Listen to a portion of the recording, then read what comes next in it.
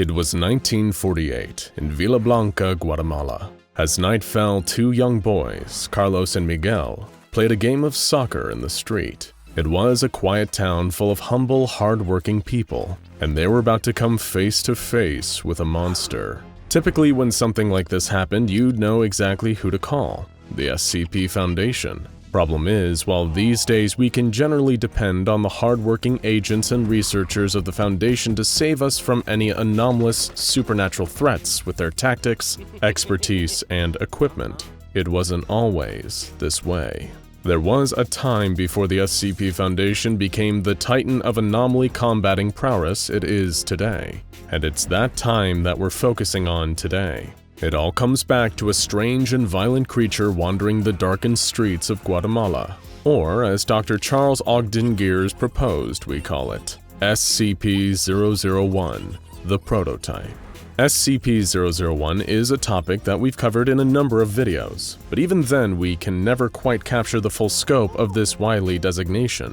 What is SCP-001 is probably one of the most loaded questions you can possibly ask a member of the SCP Foundation, and it may be your last, as the majority of the files under the SCP-001 umbrella are highly classified for pretty much everyone under Level 5 clearance. 001 covers a large number of potentially anomalous items, entities, and concepts, from the dreaded Scarlet King to the awe-inspiring Gate Guardian, to the very SCP Foundation itself, through the eyes of the charmingly incompetent Unusual Incidents Unit of the FBI. Perhaps they're all real, perhaps only one of them is, and the rest are in there as a smokescreen. Perhaps they're all fake, red herrings laid down to hide the trail to something even more secretive and fantastic. All we know is that 001 seemed to be gathered around a collection of loose themes: the beginnings of the Foundation, events or entities that could end the Foundation or even the world, and key formative moments in the Foundation's history.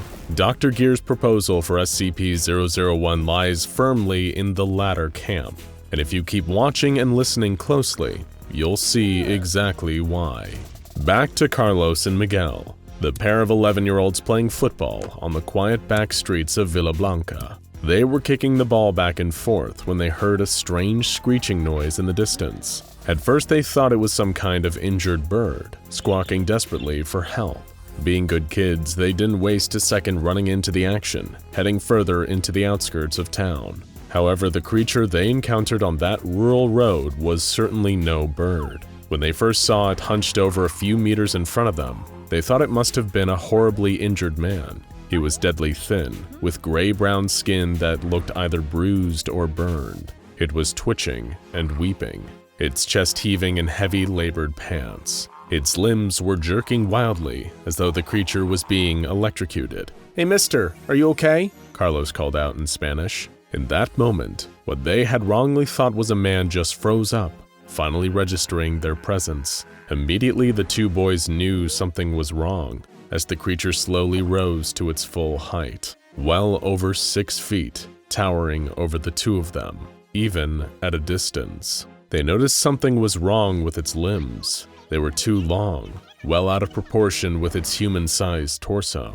It didn't have hands and feet, at least not in the way that humans do. Instead, its slender ankles terminated in long black spikes, and its wrists each split off into 3 equally black claws. But worst of all was its face, if you could even call what that monster had a face. Its head was split in the middle by a huge mouth. At first, its gnarly lips were pursed, but they soon slid open with a low, rumbling roar. The boys could feel their knees shaking as they saw the monster's mouth full of long, rotten fangs. Something started sliding up the dark passage of the monster's throat. A translucent, milky blue sphere. Was that thing an eye? It made the two boys feel sick to even look at it. That's when the eye started to glow, and the space around the monster began to shimmer slightly, like some kind of terrible sorcery. As the two boys felt a strange force pulling at them, trying to tug them into the creature's embrace, they were suddenly jogged from their frightened paralysis and decided to finally make a run for it. There was no doubt about what had just happened. They'd encountered a demon in the flesh, intent on taking their souls straight to hell. When the two of them told their parents, they were met at first with disbelief. 2 young boys saw something that frightened them in the dark, perhaps an animal, if anything at all, and they let their imaginations run wild. It was typical of children. However, things didn't seem quite so simple when more sightings started popping up. People all across the town of Villablanca started seeing this monster, all with matching descriptions. A huge, emaciated beast with a mouth for a face, its glowing blue eye nested inside. The natural excuses circulated at first. Perhaps the creature was a local prankster in a costume. This would be comforting to believe, but how many pranksters in costumes can completely disappear before your very eyes? The monster's eye would glow, and just like that, it would simply vanish. As fear and paranoia began spreading through the town, people suggested that perhaps it was a case of mass hysteria, fear and panic taking over rationality. But by this point, things had gotten worse. Carlos and Miguel, the 2 boys who'd first discovered the demon on the back road, had become sick. They were experiencing severe nausea, vomiting, headaches, and diarrhea. Their bodies weakened. Lesions began developing on their skin.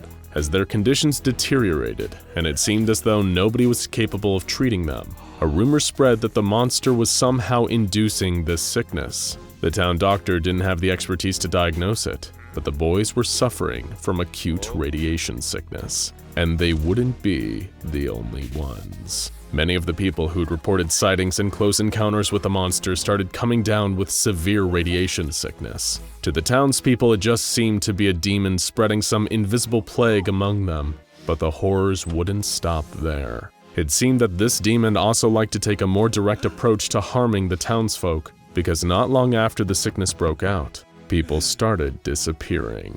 There were never any bodies. The most that would ever be found were tattered items of clothing left at the site of the disappearances, or blood smeared across the walls or ground. Before they knew it, 7 of their people were gone. It seemed that, for all intents and purposes, God had abandoned them. They were playthings of the demon now. Thankfully for the townsfolk who weren't yet irradiated or vanished, an organization was forming, one that might be their only chance at salvation. Someday in the future, it would become known as the SCP Foundation, but it had a lot to learn before it got there. You see, the reason that this iteration of SCP-001 is known as the prototype is that, if Dr. Gears is to be believed, it may be the first anomalous entity that they ever truly faced. So naturally, getting the creature captured and contained didn't go quite as smoothly as most of their modern jobs, despite the comparative simplicity of this old threat. General Machoy, an ex-military operator that became part of what we'll once again call the precursors to the Foundation, led a research and recovery team into Villablanca to hunt down and retrieve the beast that had been causing all this misery and death among the townsfolk. However, this proved to be easier said than done. While its bestial appearance might fool people into thinking the monster was just a mindless animal, later writings on the creature would describe it as both incredibly cunning and terrifyingly fast. When a group of armed personnel first tried to engage the creature directly, they had no idea that they were walking right into the middle of a bloodbath. They believed they had it surrounded on another rural back road, advancing with assault rifles, when the creature flipped out and started killing them. The prototype proved to have frightening offensive capabilities. Its 3 dark claws easily carved through the armor of the soldiers trying desperately to contain it. The creature moved so fast that none of them could reliably draw a bead on it, and if any of them could, it was holding their severed head before they had a chance to squeeze the trigger. But death by the creature's claws was one of the more pleasant ways it could kill its victims. At one point during an engagement with precursor troops, it opened its mouth and unveiled its glowing blue eye. At this point, one of the soldiers screamed and suddenly seemed to be sucked inside of himself, completely disappearing. The prototype's blue eye glowed again, and it once again just teleported away from the scene.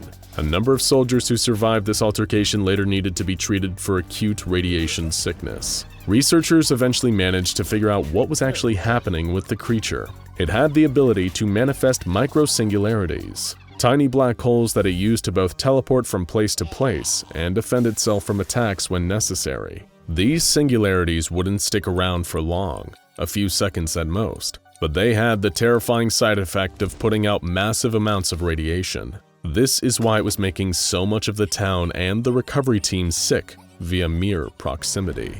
Thankfully, in finding out the creature's strength, they also managed to find out its weaknesses. Its powers were dampened by high humidity, bright lights, and especially intense strobing lights. It was through the use of these lights that the creature was finally captured and brought into ADRX-19, a complex that would later become Site-19 for containment. There, its containment procedures were devised by one of the burgeoning organization's top minds, Dr. Herman Keter. However, Dr. Keter would sadly never actually live to see the duration of the prototype's containment at ADRX-19. He was tragically killed by the monster, though his name would live on as the designation for anomalies that were particularly difficult to contain. It was thanks to him that his co-workers realized lead-lined walls, a reinforced steel door, a 100% humidity environment, and the frequent application of high-intensity strobe lights were the best way to keep the prototype locked up for good. To this day, this iteration of SCP-001 is a fascinating reminder that the SCP Foundation wasn't always the juggernaut it is today.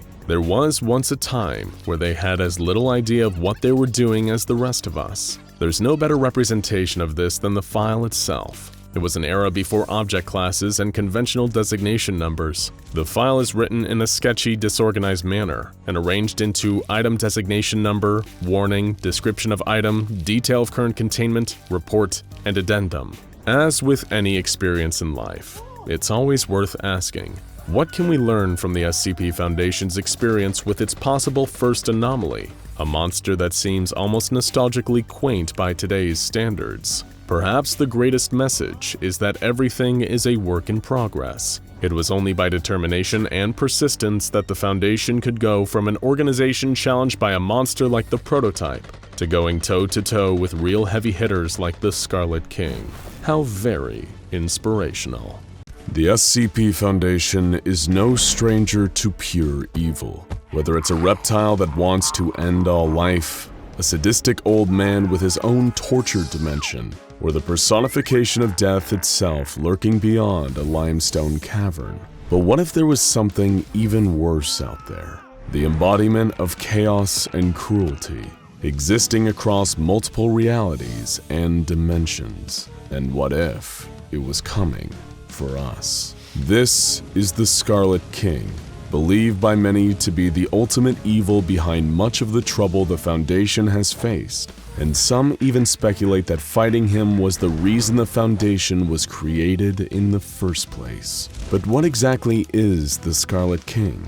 He's known by many names, almost always including some allusion to the color red, and then a reference to royalty or power. Harak, Kaharak, the Red Shah, the Crimson Khan, PTE 616 Mendez Ex Machina, the Laha Raja, and, of course, SCP-001, to name a few. And like many of the Foundation's mysterious enemies, stories about his true nature and origins abound and are often contradictory. According to the official SCP-001 files of Tufto's proposal, symbology of the Scarlet King has existed in multiple cultures throughout history, with the king often depicted the same way, as a huge red demonic figure, often wearing a gold crown or other headdress indicating royalty. He shows up looking similarly within different cultures' mythologies, despite existing at different points in history or them not having the means to communicate with one another. A number of entities that the SCP Foundation is familiar with are believed to be somehow connected to the Scarlet King, including SCP-2317, a wooden door leading to the realm of a being known as the Devourer, who's expected to escape and cause an apocalyptic event in the next 30 years. But really, there's no way of knowing just how many SCPs are directly connected to the Scarlet King. Strangely, the Foundation's official file on the Scarlet King once designated his containment class as Keter, but that has since been downgraded to Safe. According to the file, any attempt to change this designation is likely to lead to horrifying results. It is widely known that the Scarlet King still has considerable influence over a number of groups, individuals, and anomalies in our universe. And if ever he made his way into our universe, it would likely lead to the irreversible damage of reality itself. So then why Safe? And why are the O5 Council so adamant that it remain that way? Getting to the bottom of this mystery is exactly why we're here today. But to fully grasp the true nature of the Scarlet King, we must first understand the man whose life and fate have always been tied to it, Dr. Robert Montauk. If that name feels oddly familiar to you, it's because of its association with one of the Scarlet King's most recent attempts to enter our reality, SCP-231. This SCP, often referred to as the Brides of the Scarlet King, was formed of 7 women. 7, by the way, being an extremely significant number for the king, all kidnapped by the most recent in a long line of the king's devoted cults known as the Children of the Scarlet King. Each of these 7 unfortunate women were impregnated with anomalous horrors, such as the infamous SCP-682, and every time one of these horrors were birthed, a catastrophe occurred and the mother died. At the time, Dr. Montauk was a prominent researcher studying this anomaly, and as 6 catastrophes had already occurred, pressure was mounting to figure out a way to prevent the final birth. But as he was working on the issue, Dr. Montauk was struck with a personal tragedy, the mysterious disappearance of his 14-year-old brother Jacob. In his fear and anger, Montauk believed that this must have something to do with the Scarlet King and his disciples. Wanting revenge, Montauk proposed an idea so horrifying that the details were never made public. A procedure known as 110 Montauk, to be performed on the final bride at regular intervals. However, this wasn't the end of Dr. Montauk's fraught relationship with the Scarlet King. It was just the beginning. To give you some perspective on just how dangerous the Scarlet King is, the SCP Foundation and the Global Occult Coalition decided to put aside their differences and form a joint effort to stamp out the children of the Scarlet King. They were successful in this mission, and even managed to capture the children's leader, a mysterious man named Depeche Spivak. Dr. Montauk, who became the lead researcher on 231 and 2317, was naturally the first choice for interviewing Depeche about the true nature of the children and of the Scarlet King. Dr. Montauk could never be the impartial interviewer that the SCP Foundation wanted, though. The suspicion that the Scarlet King or the children had something to do with the loss of his younger brother still lingered just beneath the surface. Like a lot of cult leaders, Depeche was extremely cryptic in his answers to Dr. Montauk's questioning. He'd already heard of the doctor from the reputation of the horrifying Montauk procedure, and was surprised to see him so calm and courteous in person. A few key facts about the king and his cult were revealed in the first few rounds of questioning. The children had once worked with the Serpent's Hand before being excommunicated for their allegiance to the king, and they had stolen sacred texts from the mystical Wanderer's Library to assist in their summoning rituals. Depeche also revealed that the Scarlet King is bound by 3 laws: the law of blood, the law of concrete, and the law of howling. Dr. Montauk, confused and frustrated by Depeche's secrecy, had to learn more. He found an old memoir from a former member of the Children of the Scarlet King, Jack Hirsch, who had the ability to invade the minds of people from the past and experience what they experienced. He recounted a battle between the Scarlet King and his followers, and a group of time-traveling Turkmen warriors from SCP-3838. Hurst saw both sides of the battle. From the perspective of the Children of the Scarlet King, their lord ruled over them from an immense fortress embedded in a volcano. From the perspective of the Turkmen, the children were starved and beaten peasants, commanded by the king's voice in the roaring howl of the wind. Montauk also found extensive records of summoning rituals performed by various Scarlet King-aligned cults. Interestingly, some of them incorporated the use of carved SCP Foundation symbols. What could this mean? Montauk returned again to Depeche, who finally gave him the truth about the law of blood. This is the law of the Scarlet King. It's defined by poverty, violence, starvation, hate, and most of all, fear. Like the serfs in the Middle Ages, persecuted by and subjected to violence from the nobles. To the Children of the Scarlet King, this sense of holy pain and awe is the only way to live. The alternative is the law of concrete, which means the modern age defined by empty safety and false comfort. Buildings, easy to access food, healthcare, knowledge, technology, This is everything that the Scarlet King despises. But the mystery only deepened as Montauk found files from a former Foundation operative by the name of Agent de Beauvoir. Montauk learned that the Scarlet King didn't seem to appear until after the Foundation was created. And in fact, it seemed that the greater interest the Foundation took in the Scarlet King, the more powerful he became. How could this be?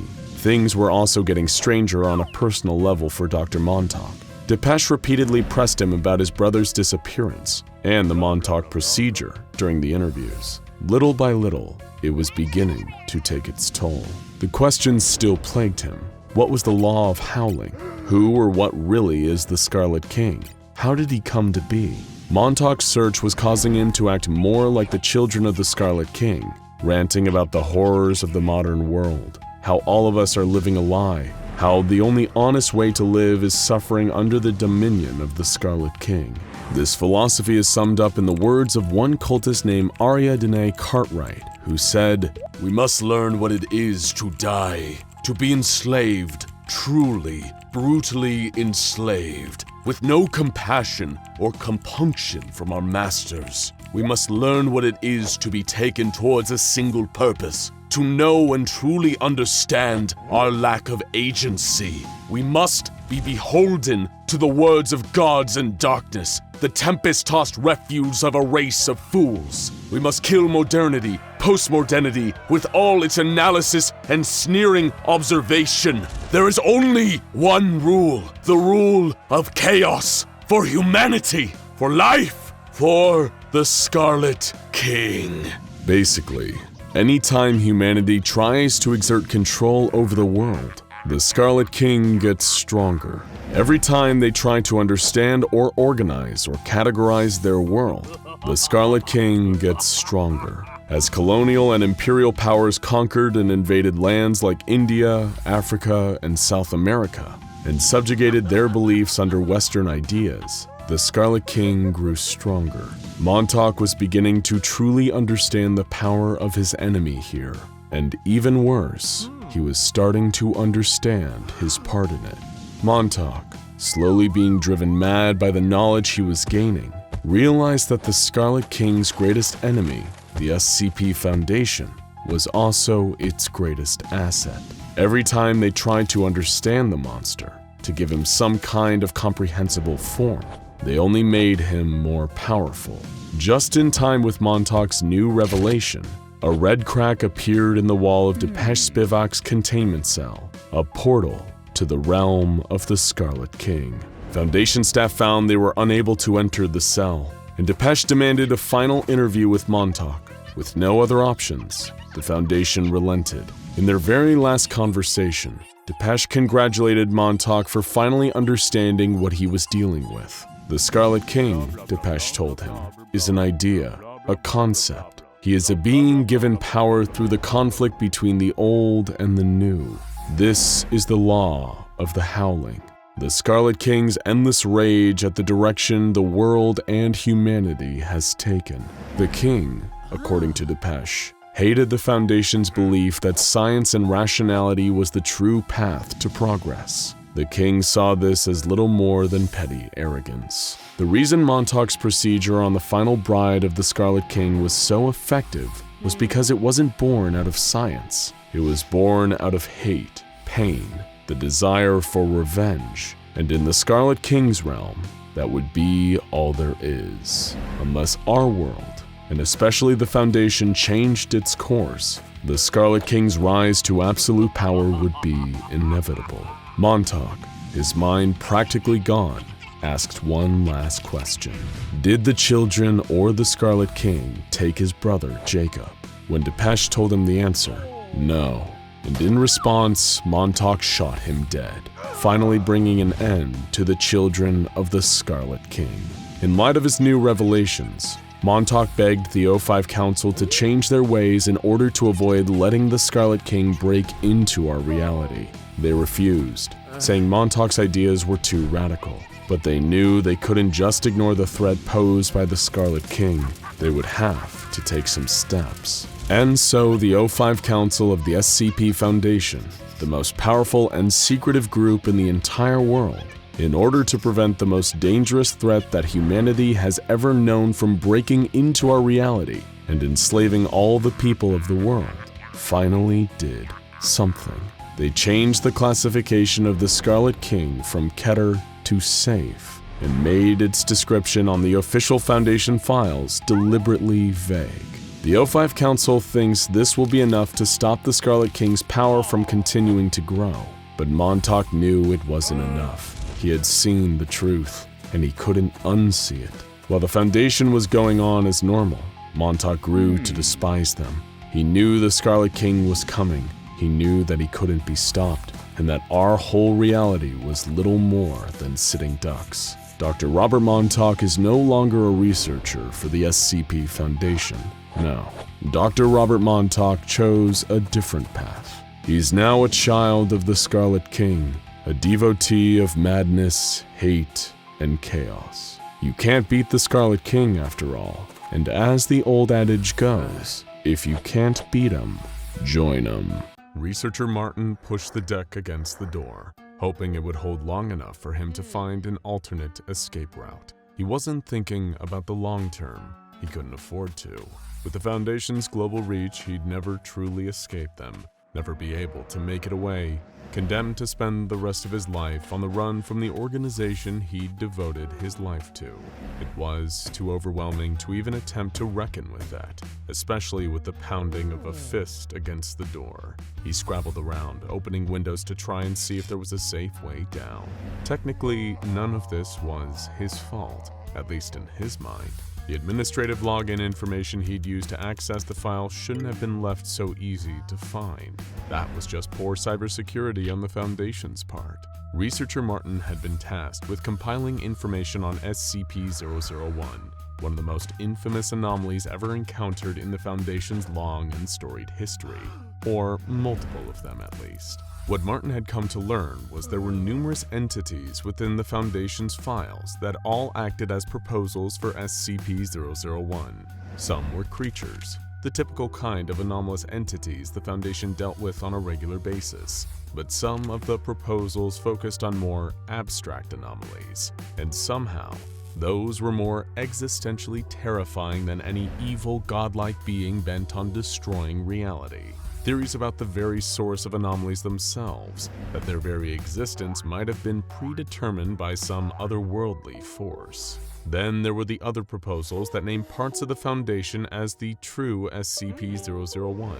Those seemed to suck Researcher Martin in like a vortex, dragging him down a deep, dark rabbit hole that made him start to question everything he thought he knew about working for the SCP Foundation, and the one that had toppled him into a full-blown conspiracy-obsessed stupor that there was no coming back from, the Noir Box proposal.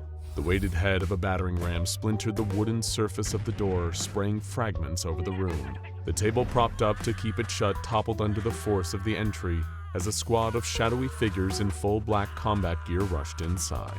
The mobile task force surrounded the cowering researcher, keeping their weapons trained on him. Researcher Martin, pleading for his life, started gesturing to the walls of the room around him that had been plastered with hastily scrawled diagrams and equations. Martin tried desperately to find some concise, easy-to-understand way of explaining to the soldiers what he'd uncovered. They only picked up on a few words like many worlds hypothesis and splitting universes, but ultimately they didn't follow what he was saying and weren't sent there to hear him out. All the MTF had been told was that Researcher Martin had breached Foundation security and now posed a risk of exposing sensitive information about SCP-001. There was only one path of recourse: termination. However, unbeknownst to them, Dr. Martin was fine. At least a version of him was. One who never learned about the Noir Box proposal for SCP-001 and hadn't gone mad trying to unravel its mysteries. Instead, he was a respected higher-ranking member of the Foundation who was alive and well, in a completely different timeline. The formation of the SCP Foundation has always been shrouded in mystery, with nobody really knowing what the true origin of the organization is, and what is merely just a cover story left in the archives to keep the truth hidden. SCP-001, the Noir Box proposal at least, might hold the answers to the questions surrounding how the Foundation came to be. 3 times over. Known as the Tindalo's Trinity, the file pertaining to this anomaly is buried deep in the SCP Foundation's database, under layers upon layers of encryption and security clearance requirements. It requires someone at the very top level of the Foundation to access, a member of either the Overseer Council or the Foundation's High Command, or Overwatch. But wait, what are those? Aren't they the same thing? Well, yes and no. The exact name of the high-ranking secretive group that runs the Foundation has often been interchangeable, whether they're known as the O5 Council, the Overseer Council, etc. But what if it wasn't just many different names for the same governing body, but actually separate names for alternate versions of the ones who control the SCP Foundation? Allow us to explain. All 3 of these groups, the Overseer Council, High Command, and Overwatch, have come to a consensus that SCP-001 is an anomaly that connects with the Foundation's very origin. They believe that the founder of the SCP Foundation, also known as SCP-001, was anomalous in some way that caused them to interact with time in an unusual fashion. The triumvirate of councils are in agreement that around the time that the SCP Foundation was formed, 3 distinct timelines were generated, given the anomalous nature of the organization's founder. Each of these timelines drastically altered the nature of SCP-001, featuring a different version in each one. In the first, commonly known as Timeline HC, where the Foundation is run by a High Command, SCP-001 was an anomalous human corpse. This timeline's SCP-001 still exhibited all the behavioral characteristics of a normal human being, but could additionally replicate itself at an erratic, uncontrollable rate, usually when performing tasks that could have multiple possible outcomes. SCP-001 in Timeline HC also interacted anachronistically with its environment, passing through solid matter that predated it or would outlast it. So it had to be contained in a room that was constructed before it existed as an anomaly. This timeline's SCP-001 was responsible for conceiving the idea for the SCP Foundation, and was able to promote a significant interest in the organization.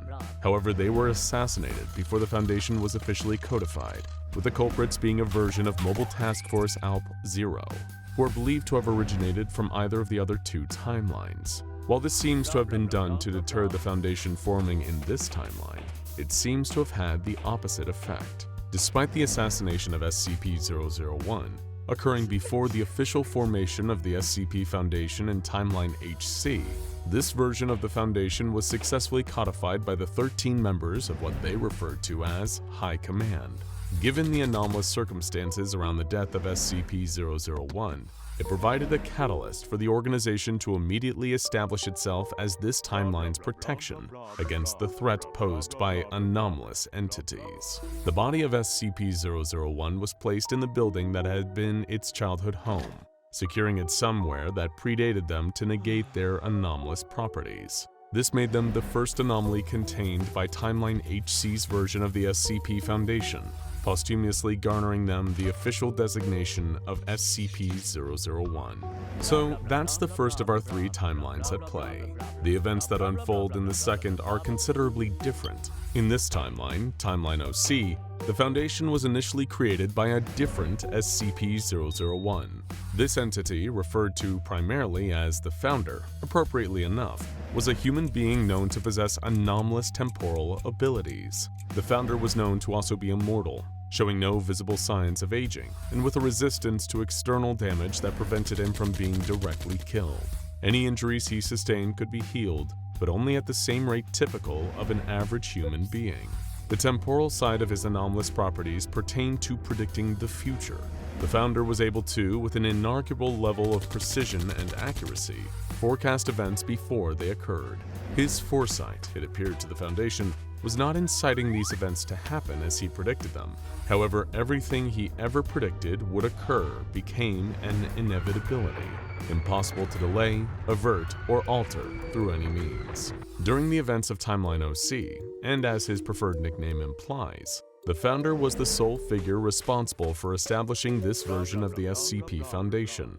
In this course of events, the O5 Council of this timeline were known as the Overseer Council. It was, however, while he was in the process of establishing the organization that things started to go awry. Whether he was able to predict this occurrence or not is unknown, although it seems to have corresponded with the MTF-ALP-0 assassination of SCP-001 in the other timeline, Timeline HC. In Timeline OC, at the same time as the assassination in Timeline HC, the founder began to exhibit his anomalous temporal properties in front of the original members of Overseer Council.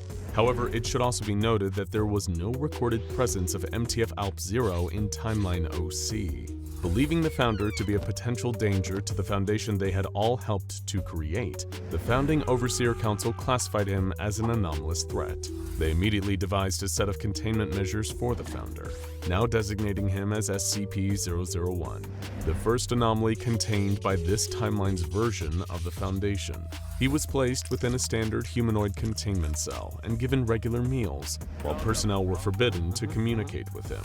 Given his role in establishing the Foundation in this version of events, SCP-001 is, naturally, in favor of containing and analyzing anomalies. However, not when that includes him, and insisted that he be released. According to one of his predictions for forthcoming events, he requested to be allowed to build a device, but refused to elaborate on the intended purpose of it. SCP-001 even refused to allow other members of Foundation personnel to construct the device on his behalf for testing purposes. The third of these timelines is referred to as Timeline OW, wherein the leading body of the Foundation are known as Overwatch. Here, just like the previous iterations of its history, the description of SCP-001 and their role in forming the SCP Foundation differs. In this timeline, SCP-001 is an anomaly that consists of two distinct parts. The first of these is a figure not dissimilar from the founder. Referred to as SCP-001-1, this person is also a functionally immortal human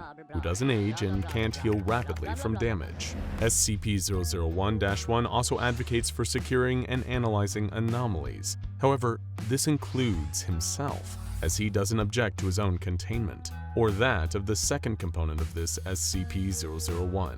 Known as SCP-001-A, this device is capable of accurately calculating any and all possible outcomes of any event that is input into it. Unlike the founder, who seemed to possess a foresight able to predict the only inevitable outcome of the future, SCP-001-A is able to account for the possibility of multiple potential futures, even down to accounting for how its own predictions could potentially influence or alter outcomes. In layman's terms, at least one of the eventualities predicted by SCP-001-A will always be accurate, unless the predictions are to do with its own future, or the future of SCP-001-1. In this instance, the device will always produce one of two assumptions that are incorrect. Either that SCP-001-1 was killed after an assassination attempt and never constructed SCP-001-A, but that's impossible after all. SCP-001-A exists. It's already been made in this timeline. The other incorrect prediction it can give is that SCP-001-1 also exhibits the same anomalous properties as the prediction machine, more akin to the founder, and that SCP-001-A was never constructed in the first place. But again, that can't be right, in this timeline anyway. According to records within Timeline OW, their version of the founder, who is of course SCP-001-1, encountered a version of Mobile Task Force ALP-0 from one of the other timelines. They presented the founder of the OW timeline with detailed blueprints for the construction of SCP-001-A. The device's completion coincided with the assassination in Timeline HC, and the corresponding anomalous incident in Timeline OC. After this point, MTF-ALP-0 departs from Timeline OW. This version of the SCP Foundation is then created to study the device, SCP-001-A, with this founder and a group of his close friends, who would become this Foundation's Overwatch. Following this initial research group's discovery of other anomalous phenomenon that threatened the rest of society, the team's goal expanded to research anomalies and protect the world from the danger they posed. However, the rest of the Overwatch began to age at a natural rate. While the founder didn't recognize this, he volunteered to be contained and studied, thus becoming a component of this timeline's SCP-001.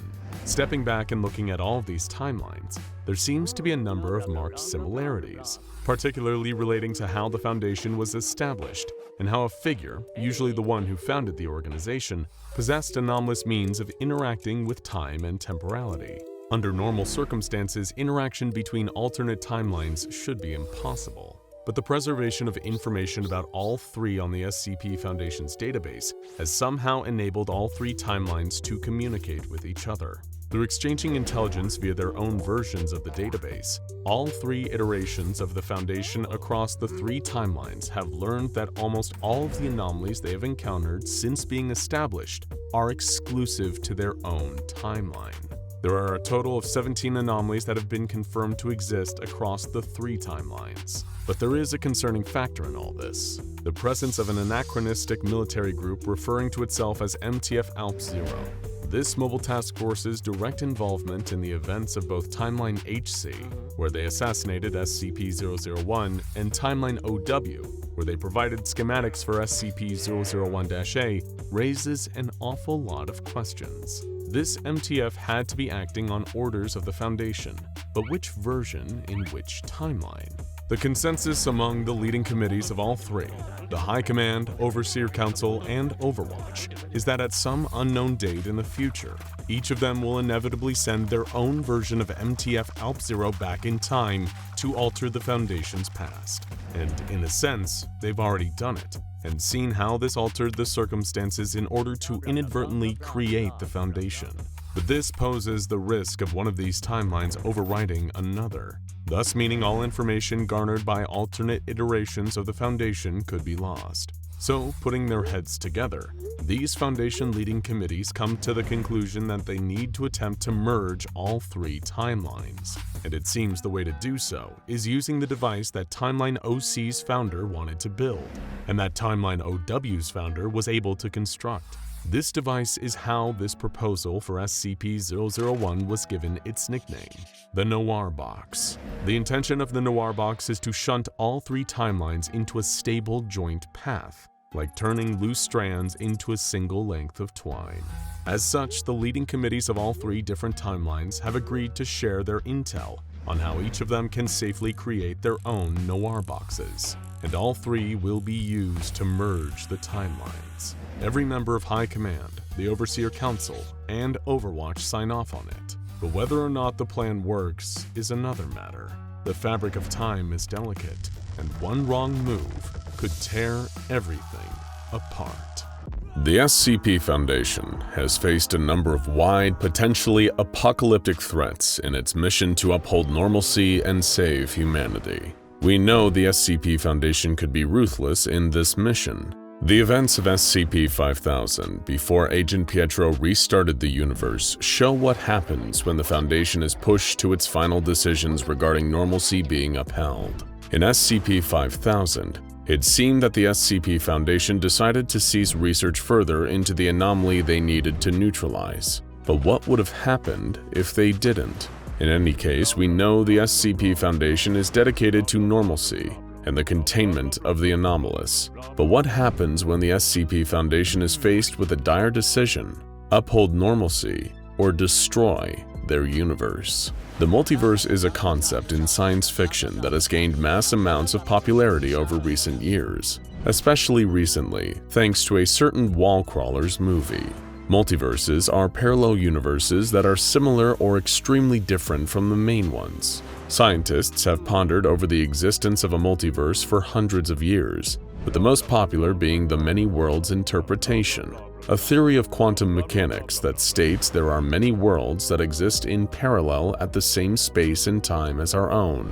Some interpretations even state that every decision a person makes causes a branch in reality where the person made the other decision. We're familiar with the SCP Foundation's run-ins with the multiverse, from SCP-2935-O Death, a cave that allows the Wanderer to enter a parallel dimension that's fully and completely dead, only for the same thing to happen to their own world once they return through the cave, or SCP-1437, a hole that allows the Foundation to send, receive, and read parallel dimensional documentation from other multiversal SCP foundations. Combine those two concepts with an SCP-001 proposal. The importance of an SCP-001 proposal is not lost on the Foundation. Researchers of the SCP Foundation saved the SCP-001 slot for only the most dangerous, apocalyptic, or widespread anomalies that could affect the Foundation itself, humanity, and normalcy.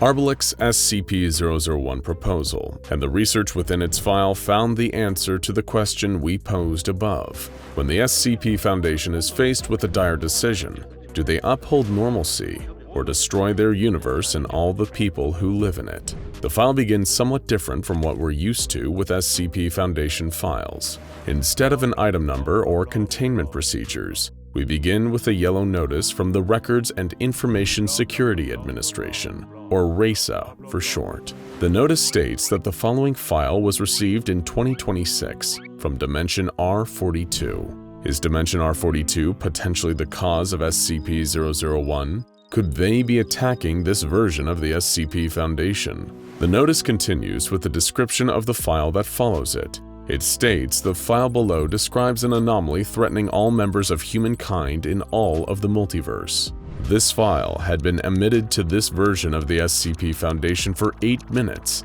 as an extremely dangerous cognitohazard, classified as a Class 5 cognitohazard capable of easily destabilizing and penetrating this universe. However, it was found to not be dangerous, only reading as a danger level 0.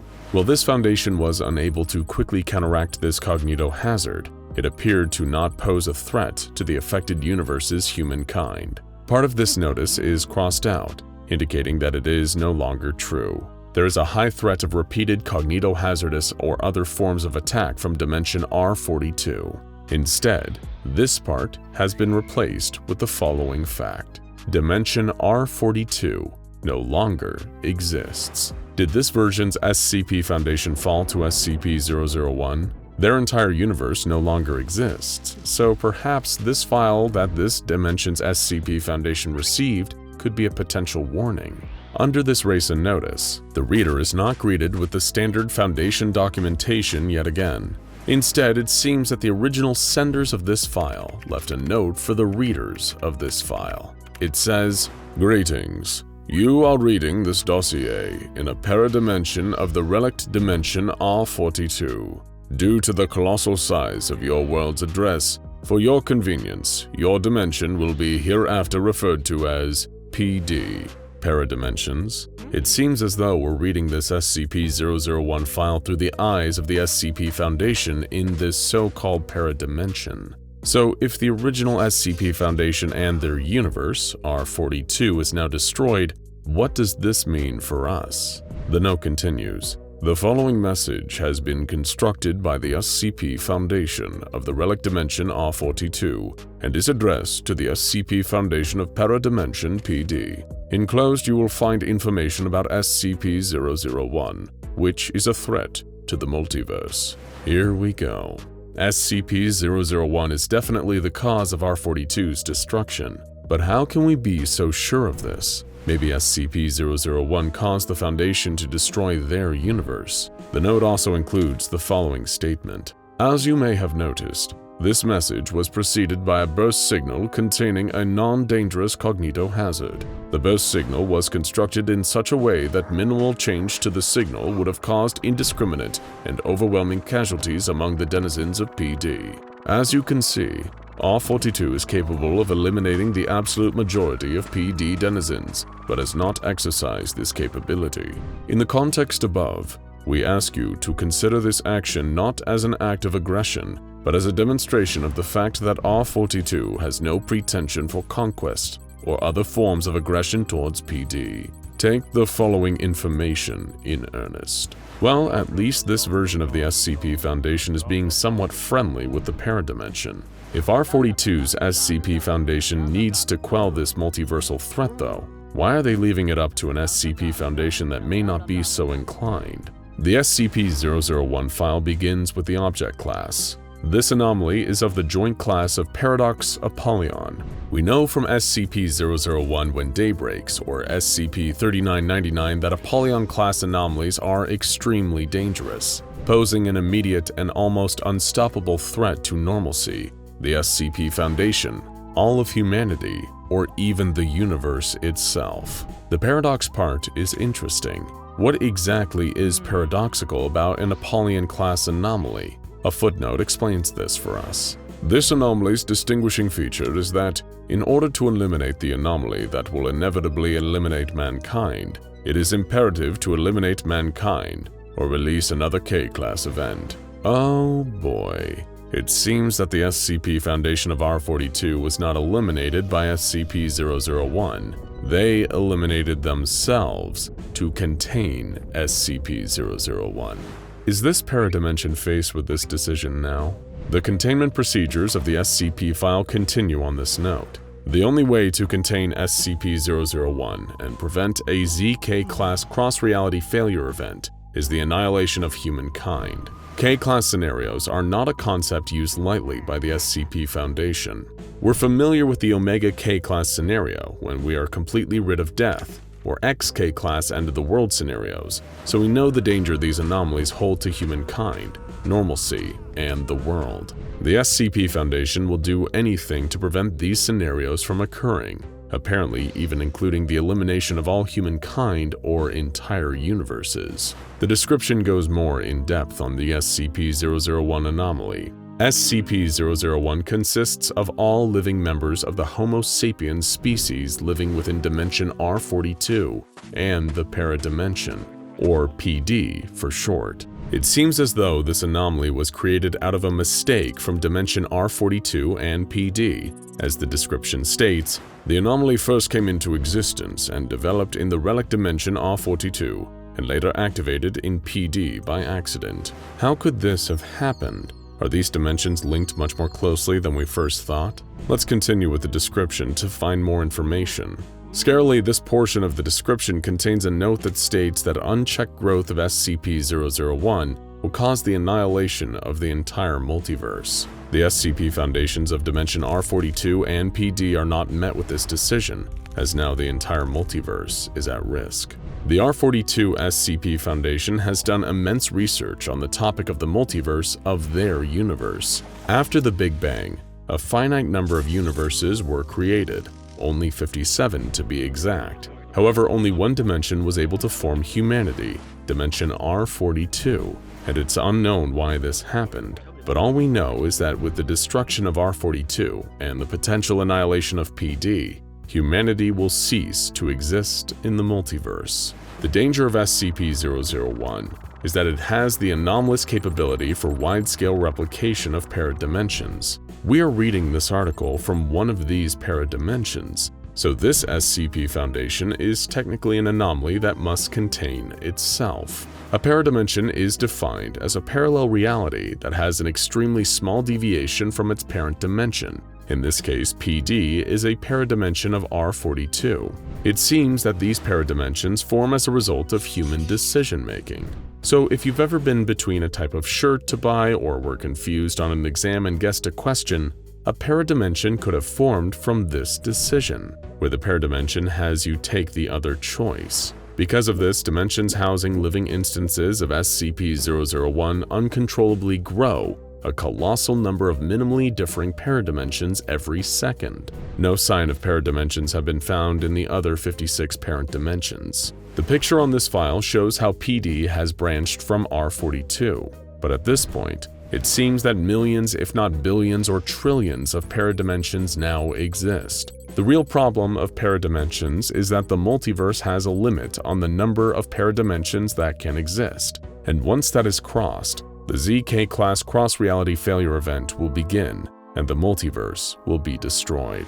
The R42 Dimensions SCP Foundation has also discovered that once humankind emerges in the paradimension, they can begin to have paradimensions themselves. The ZK-class cross-reality failure event can be expected to begin between 4 to 2 months from the PD receiving this message. To summarize, SCP-001 is humankind, specifically its decision-making. When a person makes a decision, a paradimension may be created. The multiverse has a limit on the number of paradimensions it can have, and since paradimensions can have paradimensions, they are quickly approaching the ZK-class cross-reality failure event. The SCP Foundation of R42 is approximately 17 years ahead of PD, which allowed them to research and develop containment procedures to contain the anomaly and save the multiverse. R42's SCP Foundation discovered SCP-001 5 years before writing the file we're reading now. Aside from that, they developed 2 operations, Castling and Minimal Gain, to slow paradimension creation and prevent the ZK-class cross-reality failure event. In Stage 1 of Operation Minimal Gain, the Foundation began with neutralizing and decommissioning all of their contained anomalies under the classification of Euclid or Keter, specifically those that were expensive to contain or requiring high levels of personnel and researchers. Stage 2 saw Operation Castling be commenced. The R42 SCP Foundation launched rockets with variant C global amnestic dispersing warheads and took control over all countries in order to hold power over all humankind. In Stage 3, the Foundation began to move their world to a more natural state, destroying all hazardous, radioactive, chemical, and bacteriological objects, removing dams, and stopping oil extractions. During Stage 3, Stage 4 began. The R42 SCP Foundation began eliminating humanity in third world countries by use of viral and biological attacks. Stage 5 was a wider spread attack on humanity, where the SCP Foundation added deactivation-resistant viral agents to water treatment and collection plants, food products, medication, and household items of developed countries. By Stage 6, only 0.1% of humanity remained, and they were targeted with drone strikes or put into concentration camps for elimination. Stage 7. Of the remaining survivors, the Foundation sampled them to find the fittest of those left to preserve humankind. Stage 8 saw 15,000 of these people put into indefinite cryosleep, and the remaining survivors were eliminated. Stage 9 saw the destruction of the remaining SCP Foundation personnel. We move on to a list of proposals that were made before or during Operations Castling and Minimal Gain. Proposals rejected include the use of SCP objects or other technologies to eliminate derivative dimensions, the development of nanobots with the capability to control human decision-making capabilities and eliminate variability, full replacement of humanity with bionic hybrids acting explicitly within standard behavioral models, unification of humanity into a neural network with control given to an AI control unit, and the destruction of Earth and/or all of its inhabitants. While most of these seem like clear solutions that would prevent the elimination of humanity at the SCP Foundation's hand, these proposals were all rejected for one reason. The SCP Foundation did not have enough time. One proposal was accepted, however, the use of SCP-0000. This appears to be the solution the R42 SCP Foundation concocted to fight SCP-001 and potentially save the multiverse. It poses the question, if the R42 SCP Foundation used this same anomaly to contain SCP-001, as proven by the fact they no longer exist, will PD do the same? The file explains that the R42 SCP Foundation opened a dimensional wormhole into PD, as they do not know at the time if paradimensions could cause the creation of more paradimensions. In doing this, the SCP Foundation seemingly infected PD with the ability to create paradimensions. The author of this file goes on to explain that the R42 SCP Foundation had plans to attack PD and use Operations Castling and Minimal Gain in the dimension. However, they could not access the dimension again, and they believe that the Foundation personnel of PD would have made use of Thaumiel-class anomalies to save themselves and their world. A note from R42's Overseer Council is left for PD. If the Apollyon destruction was not enough, the Overseer Council is involved. The importance of the neutralization of this anomaly cannot be forgotten, so the Overseer Council explained to PD. The world has existed before us and must remain after us. Our multiverse is ill, and the name of the illness is humanity, SCP-0001. The only way out is SCP-0000. Will cease to become a threat with its help. It is in our power to leave a chance for other sapient species that, perhaps, will not be affected by the same anomaly, or will find a way to get rid of it before it's too late. We, the O5 Council, and other survivors from R42 have chosen our fate. We hope you will do the same. What is this SCP-0000? How did the SCP Foundation of R42 find this solution? The file for SCP-0000 is placed within this SCP-001 file. SCP-0000 is a paradox thaumiel class anomaly without any containment procedures. SCP-0000 is a device that, once activated, will destroy the universe it was activated in. It will also destroy all paradimensions that are not creating other paradimensions. As such, PD would not be destroyed. However, the billions or trillions of other paradimensions the R42 parent dimension created will be destroyed. PD is left with the harrowing decision to continue living or destroy itself to save the rest of the multiverse. In the file, a note from R42's Joan Simpson is written for an SCP Foundation Overseer, 05-1. As part of Operations Castling and Minimal Gain, the remaining Foundation employees were allowed one family member to uphold morale. Joan is not writing for R42's 05-1. Instead, she's writing for PD's 05-1, this dimension's version of her father. She begins with wondering whether she can call this version of 05-1 her father, as her version of her father recently passed away. She remembers the day the Foundation employees were allowed to choose that one family member they would save for the time being. Her father was opposed to allowing two family members, as he claimed it would cause unnecessary stress and schisms among the remaining few hundred Foundation staff. 05-1 chose to have Joan over her mother, and she understood everything by the look in his eyes, and grew angry, but that feeling is long gone now. She began to work with her father and the remaining Foundation personnel that called themselves hostages behind the backs of those higher up the ranks. On days she felt sad, Joan and her father would go up to the surface of the earth in hazmat suits, sitting on the grass and watching over the empty city at the bottom of the mountain. No humanity remained, with the only life she could see being birds. Her father promised her that they'd return there and build a giant monument to humanity at the center of the city. She knew this was a lie. Joan remembers when someone proposed that they should open a portal, the one that opened to PD. This was their fatal mistake, as after that the paradimension began replicating paradimensions. The countdown went down to months again, and the promise he made to his daughter became impossible. 05-1 died and left the position vacant. Joan says to the PD's 05-1 that she doesn't care whether they destroy their world or not, or whether the universe will continue to exist, or if there will be new life in it. Her world was crushed long ago. The note also reads the following: "It's good that this message is encrypted with your key that was passed on to me, or these lines would have been deleted. Everyone wants to save the world, but who needs it like this? Empty and cold, without those to appreciate its beauty, without humanity. Do whatever you think is right. I truly feel better now. Love you. Faithfully yours, Joan Simpson."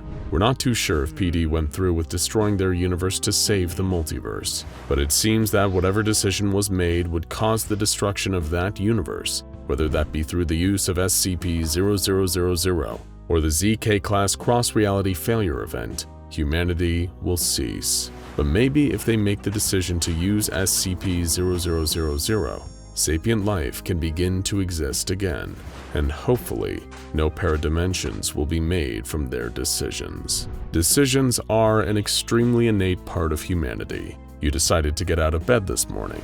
You decided to open up your computer or phone, and you decided to watch this video. Who knows the amount of paradimensions we may have created today? But in our world, we're not at risk. But in the SCP Foundation's universe, anything can be anomalous, even humanity. The Scarlet King is a really bad guy. He's a giant interdimensional nightmare god, intent on breaching our reality and wreaking terrible havoc on everything we know and love. He's been responsible for untold suffering and chaos across countless worlds, timelines, and layers of reality. To many, he's even somewhat of a final boss to the SCP Foundation. And just when you think he couldn't get any worse, it turns out that he's also a deadbeat dad. Not only did the Scarlet King once have a cult literally named the Children of the Scarlet King, before it was destroyed by Dr. Montauk and the SCP Foundation, he also had at least 7 actual children. Each one is speculated to be a powerful anomaly, but it's tough to find concrete answers as to who or what exactly most of them are. So today we're putting on our researcher hats and digging deep into the Foundation's lore to present our theories on the potential progeny of the SCP Foundation's greatest enemy. And if nothing else, we may finally be able to get this Dark Lord of all evil to start paying all the child support he probably owes by now. First, if you're not well versed in Scarlet King lore, you may be wondering, how exactly does an evil chaos god have kids? Is there a Scarlet Queen out there who prefers to stay out of the limelight? The answer isn't quite that simple, and it has everything to do with SCP-231 and Big Red's most devoted cult, the non-biological children of the Scarlet King. They kidnapped a group of 7 girls and performed a number of dark rituals that resulted in them becoming vessels for the Scarlet King's 7 terrible kids. These 7 girls have become known as SCP-231. Anyone who accesses those files, and trust us, they aren't a pretty sight, will find that the containment procedures mostly involve performing the infamous Montauk procedure on the surviving girls to keep them from giving birth. 6 of the 7 brides have given birth to nightmares beyond comprehension and are now dead, with only 1 still remaining successfully contained. But here at the SCP Foundation, you need to learn to comprehend the incomprehensible. According to a classified document, SCP-231 may technically be a neutralized anomaly without us even knowing. And incidentally, this gives us our most certain answer on the Children of the Scarlet King. On this one, the apple fell very, very far from the tree. According to the secret document, SCP-999, that's right, the adorable Tickle monster, is the 7th child of the Scarlet King. He must be so disappointed that everyone's favorite little blob didn't want to join the family business of absolute evil. For anyone who doesn't know, SCP-999 is a slimy yellow entity that only seems capable of absolute compassion. It brings joy to everyone in its presence, and with prolonged exposure it can even cure disorders like PTSD, anxiety, and depression. He's so good at this that he even cured SCP-231-7, his de facto mother, of her trauma, and allowed her to return happily to her family after some amnestic treatment. The Scarlet King has another good reason to be ashamed of his cheerful blobby son. Ancient Dividi prophecy dictates that SCP-999 may someday become so powerful that his force of absolute love and good overwhelms the Scarlet King's evil and chaos. Think of him as the Luke Skywalker to the Scarlet King's Darth Vader, though we probably can't expect a cool lightsaber battle between them anytime soon. How disappointing. So if SCP-999 is the quiet, sensitive black sheep of the Scarlet family, who's the golden child who makes his evil father proud? The real chip off the old block? That would be our dear reptilian friend, SCP-682, the malicious lizard heavily implied to be a child of the Scarlet King. If you know literally anything about 682, your reaction to finding out that he's the spawn of cruelty personified is probably, yeah, that makes sense. Just as SCP-999 is the Scarlet King's innocent, optimistic young child, 682 is kind of like his edgy teenager. Still in the middle of a misanthropic phase, he shows no sign of leaving anytime soon.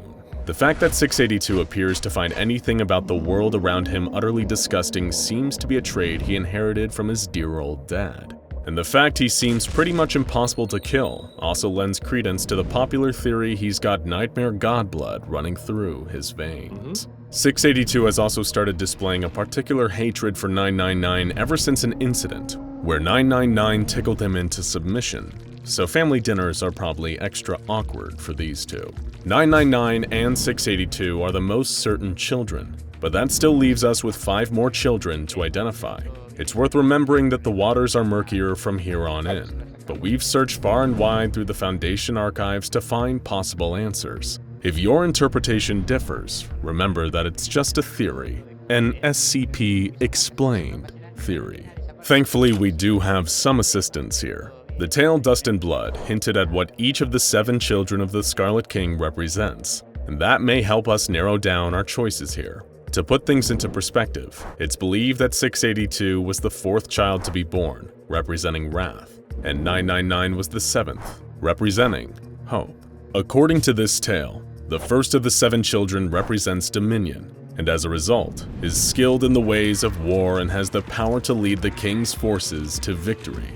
According to one Foundation theorist, this child could potentially be SCP-239, also known as the Witch Child. This entity is so powerful that, as part of its normal containment procedures, it's eternally kept in a coma.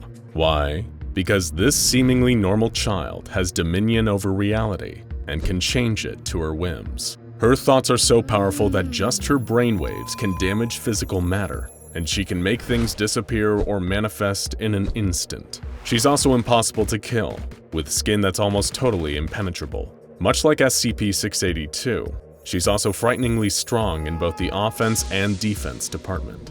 We're talking about such a powerful telepath that Dr. Clef has campaigned for her immediate termination, just because it's safer that way. This is certainly a frightening wonderkin that the Scarlet King would be proud to call his daughter. Next, the 2nd child. According to the prophecy, this child represents longing. The child has the power to bring forth armies, which will help the Scarlet King in his conquest. For this, we actually have a pretty unconventional theory. SCP-029, also known as the Daughter of Darkness. If the name alone wasn't enough to suggest that she's got an extremely sinister father, she also fits the profile of being very aggressive and incredibly hard to kill. But even more damning is her connections to the symbology of longing. One of her most dangerous powers is causing men to fall into almost trance-like devotion to her. After spending time around her, they're suddenly willing to murder in her honor, strangling their victims in hopes of raising Kali, the Hindu god of destruction, whom has many similarities to the Scarlet King. She certainly fits the bill of someone capable of raising armies in the Dark Lord's name. One strike against our Scarlet King connection theory is that the file states the Daughter of Darkness was first discovered in India, which wouldn't match up with the other information we know to be fact. However, while this is a long shot, given the sensitive nature of everything involving the Scarlet King, it's extremely possible that false information was supplied to bury the connection. Considering the cover-ups and lies involving anomalies like SCP-1000, this certainly isn't an unprecedented move on the part of the Foundation. Next, the 3rd child. This child is associated with all things desolation, implying destruction, fire, ashes, pestilence, and death across the battlefield. When it comes to spreading destruction and death on a mass scale, one particular SCP comes to mind: SCP-058, the Heart of Darkness. This creature has Scarlet King written all over it. It's evil, it's mysterious, it's pretty much impossible to kill, and it causes mass casualties every time it escapes its containment chamber. It causes fires, whips people to death with its razor-sharp tendrils, and sprays highly corrosive acid from its scorpion-like tail. And it's even red. Given that we know for a fact this entity suddenly emerged out of something that's now been expunged from the records in an undisclosed site, it's extremely possible that the entity 058 came from was SCP-231-3. This is a child that the Scarlet King would definitely be proud of, given that it's impossible to reason with and feels solely motivated by causing destruction, misery, and chaos. We can't think of an entity that better suits the desolation moniker than SCP-058. Next, skipping past SCP-682 at number 4, the 5th child of the Scarlet King is associated with the loose concept of lack. The prophecy then goes into more detail, saying that this child is powerful in the ways of magic and is able to use their abilities to cause great destruction. Here we have another unconventional proposal. What if child number 5 wasn't actually a child, but children? That's because we think this description perfectly fits SCP-1765, the nightmarish reality-warping sisters, who we think may actually be triplets of the Scarlet King's 5th bride. Now hear us out. These are actually some of the most powerful enemies the Foundation has ever attempted to contain, and we know nothing about their past before being bound to a few objects by the Serpent's hand. These sadistic reality warpers are so devastatingly powerful that the only action the Foundation can take against them is letting them have free reign over the containment site they currently inhabit. All the Foundation can do is hope they never get bored of tormenting the people inside. As we all know, the Scarlet King despises science, progress, and order. So perhaps a perfect punishment for the Foundation in his many eyes is giving them a taste of their own medicine. The Sisters, though particularly their ringleader, are a perverse shadow of the Foundation's love of the scientific method. They take these methods and use them for an activity that the Scarlet King finds much more enjoyable: tormenting and killing people. Whenever these crafty triplets set their mind to it, their horrifically powerful magic is able to cause massive devastation, just like the prophecy for the fifth bride's offspring dictates. And finally, the sixth child of the Scarlet King. The concept associated with this one is hidden, meaning it can change its face and walk unnoticed through creation. It's also said to have the responsibility of opening the ways between worlds and allowing the war to end all wars to first begin. There have been a huge number of guesses for this spot, with some even suggesting SCP-055, the anti-meme. But since we're having fun here, we also want to make an even wilder suggestion. We posit that the sixth child of the Scarlet King is Allison Chow, also known as LS and the Black Queen, the most powerful member of the Serpent's Hand. We get it, we have a lot of explaining to do, but hear us out. Allison Chow is a member of the Serpent's Hand, or technically many members. Multiple versions of her exist across parallel dimensions in the SCP multiverse. They're mostly all estranged daughters of Foundation researcher Dr. Charles Gears. This estrangement leads them to collaborate in the Wanderer's Library, the secret base of the Serpent's Hand, to conduct raids on the Foundation in revenge. But what if the leader of these alternate Allisons had an ulterior motive? Because in the infinite number of possibilities offered by the multiverse, this one was not the daughter of Charles Gears, but the Scarlet King. She's merely using the pain of her counterparts to manipulate them into accomplishing her true father's goal, undermining the SCP Foundation. Let's break it down. The hidden child is prophesied to walk unnoticed through creation. Not only does Allison Chow appear human, the use of SCP-268, a newsboy cap that causes the wearer to become unnoticed, allows her to walk anywhere through creation without being detected. But most importantly of all, the hidden child is said to be the one who opens the way for the Scarlet King's entrance into our dimension. And Allison Chow has access to the Wanderer's Library, an unfettered access point between dimensions. If one of the infinite Allisons was the secret daughter of the Scarlet King, would the Wanderer's Library not be a perfect way for him to leave his own dimension and enter ours? She could be the final piece he needs, hidden under the nose of the Foundation and the Serpent's Hand, making all the secret power plays to allow for the Scarlet King's eventual bloody revenge on our world. Unless, of course, SCP-999, the family disappointment, stops him first. We realize that some of these theories may seem surprising, but when it comes to the anomalous, especially the Scarlet King, the only thing you can ever expect is the unexpected.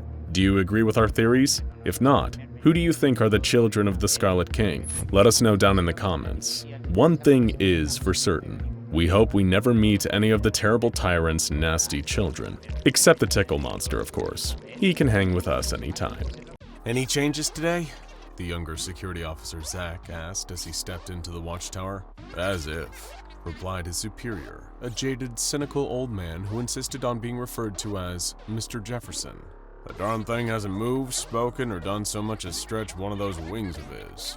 Another day at the office then, Zach joked. Through the window, the pair of them looked through at the towering figure a few kilometers away. SCP-001, the Gate Guardian, stood motionless, its fiery sword in its hand, ever protecting its post at the precipice between our world and paradise. It had long been stationed at the entrance of a dimensional gateway that led to what was believed to be the Garden of Eden, described in the biblical Old Testament. Much like the security officers in the Foundation's base tasked with watching the Guardian, this was pretty much the extent of the day's activities. Hey, did you see that news about the transfer posting? Zach asked, trying to stave off boredom with as much conversation he could squeeze out of his fellow officer. Yeah, I saw it, Mr. Jefferson scoffed, rolling his eyes. What possesses someone like Robert Montauk to come down here? Must have wanted a quieter post, Zack reasoned, looking out at the stillness of the Gate Guardian. Won't find one any quieter than here, Jefferson mused. Him showing up will be the most exciting thing that's happened here in a long while. Unbeknownst to both Zack and Mr. Jefferson, Dr. Robert Montauk would be only joining the team at the Gate Guardian observation site for a short while. Not one of them, nor anybody else within the Foundation, could ever guess Montauk's true intentions behind venturing there in the first place. He wanted an audience with the Gate Guardian itself. Approaching the colossal 1,000-foot-tall being, Dr. Montauk crossed the threshold of the minimum safe distance from the Guardian. Given the sheer heat of its weapon, hotter than Earth's sun, anything within a kilometer of SCP-001 was at risk of being obliterated, vaporized into atoms if they didn't turn back, which, through a voice that immediately rang out in Montauk's ears, the Gate Guardian commanded him to do. Leave! Its psychic message boomed. Wait! Dr. Montauk urged, holding up his hands in what would have been a futile defense against the Guardian's sword. I know what you do when people don't listen to your commands, but please, just give me a minute. There was silence. SCP-001 didn't reply. There was nobody else close enough to hear Montauk speak to it. So, he continued. You are impossibly old. We know that much about you. And because of that, you must have seen things that we can't even begin to imagine, much less fully comprehend. But I've come a very long way to request that you impart some information to me, if you can. He paused again, as if waiting for a reply that never came. The Gate Guardian merely stood in the same defensive, unwavering stance. Tell me, please, how much do you know about the Scarlet King? By this point in time, although the Foundation was yet to realize, Dr. Robert Montauk was slowly going insane. His investigations into an anomalous entity known as the Scarlet King were gradually corrupting him, as he tried relentlessly to quantify exactly what this entity was, and how great of a threat it posed. Little did Montauk realize that, in trying so hard to define and comprehend the being, he was inadvertently fueling its power. The Scarlet King was an interdimensional warmonger, an embodiment of hatred and chaos, and Dr. Robert Montauk was slowly falling under the King's influence. Upon hearing the tiny human figure utter his question, the immense Gate Guardian rebutted with another single-word psychic command, one it had never been recorded giving before. Witness! As if his increasing instability and the creeping influence of the Scarlet King hadn't made Montauk feel bad enough, he instantly felt sick. There was a searing pain behind his eyes, like he was staring directly at the sun, accompanied by a nausea that made his head spin. It took a moment of enduring the horrific sensation before he realized what was happening. The Guardian was trying to show him something. Rather than give any information on the Scarlet King verbally, SCP-001 was imparting a psychic vision onto Montauk, a memory of events long past, the answers he sought, a warning, or perhaps all three. The vision showed Montauk a time so long ago that it couldn't ever be forgotten, for there was barely anyone alive to remember it in the first place. It was eons in the past, long before the comparatively recent dawn of humanity, a time only spoken of in the Dust and Blood Tablet, an artifact of the Davite civilization, some of the earliest worshippers of the Scarlet King himself. And there, marching up to the entrance of Eden, was the crimson-clad eldritch abomination and a horde of horrors with him. According to the story recorded in the Dust and Blood Tablet, this would have been much earlier in the life of the Scarlet King, perhaps even before he assumed his now infamous title. Back then, he would most likely have been known as his original name of Kanthrak, one of multiple siblings born when the Tree of Life was planted, and thus created all life in the multiverse. But, being the only one of his siblings cursed with awareness, knowing the pain his existence brought him, Kanthrak would eventually set out on his lifelong mission to destroy all of existence across every dimension. And he started by killing his siblings, consuming them to claim their power for himself. Around this time in prehistory, the being that would one day become known as Scarlet King didn't quite possess the power that he would several millennia later. Although that's not to say he was an unformidable force of destruction, fueled by his singular hatred for existence. His vow to destroy extended to the Tree of Life that had caused him to be, along with the tree's creator and all of their creation. In other words, everything in the multiverse, all of creation, if you will. So what was the Scarlet King doing there so long ago, at the dimensional doorway protected by the Gate Guardian? Well, beyond the boundary between it and the rest of the infinite multiverse lay the supposed Garden of Eden. While it is unknown if it is in fact the same Eden referred to in the Book of Genesis is up for debate, especially among the Foundation. But at a glance, even through the gate, it certainly does look like a paradise. The space is filled with lush vegetation of astronomical size, populated by a number of beings that seem to resemble the Gate Guardian itself. And there, protected by its watchful caretaker, are two trees. One is thought to be the Tree of Knowledge, that Eve was tricked into eating an apple from during the Book of Genesis. The other, however, bears an unknown type of fruit, and is widely believed to be the Tree of Life. Now back in the modern age, there's never been a conclusive link between the Tree of Life mentioned by the Davites and their barbaric civilization's legends regarding the creation of the Scarlet King. But the fact that so long ago he and his most feared generals were bearing down on the Gate Guardian's position, defending a garden where there was known to be a tree of that description, well, it all seems rather conclusive now. Alongside Kahraak were 6 of his 7 daughters, each one of them a fearsome abomination much like their destructive father. As they approached, not one needed to exchange any words with their angelic protector of Eden. The Gate Guardian knew what these monsters were here for. They would stop at nothing to pass through his gate and uproot the Tree of Life, the progenitor of all living beings in all of existence. Even though it was early in Kahraak's career as the rampaging interdimensional warlord he so is, he was as steadfast as ever in his goal to annihilate every corner of creation, every dimension, every parallel plane of reality, every single pocket of existence across infinity. They'd all come undone if he burned the Tree of Life, pulled it out at the roots, and splintered it until nothing remained. To the once and future Scarlet King, that the same tree had led to his own tortured existence. It was the source of his suffering, and it had to be destroyed. The only thing standing in his way was a figure as colossal as Kahraak himself, wielding a flaming sword. Leave! Boomed the psychic voice of the Gate Guardian. It was like a doorman standing before a group of rowdy teenagers trying to force their way into a movie theater. Except these rowdy teens were the Scarlet King, his horrifying daughters, and the forces he had already amassed since his creation. The Horde stood ready, waiting for the commands of their king, who they thought would gladly lead the charge as they marched on the Garden of Eden to begin the destruction of existence. But that's not what happened.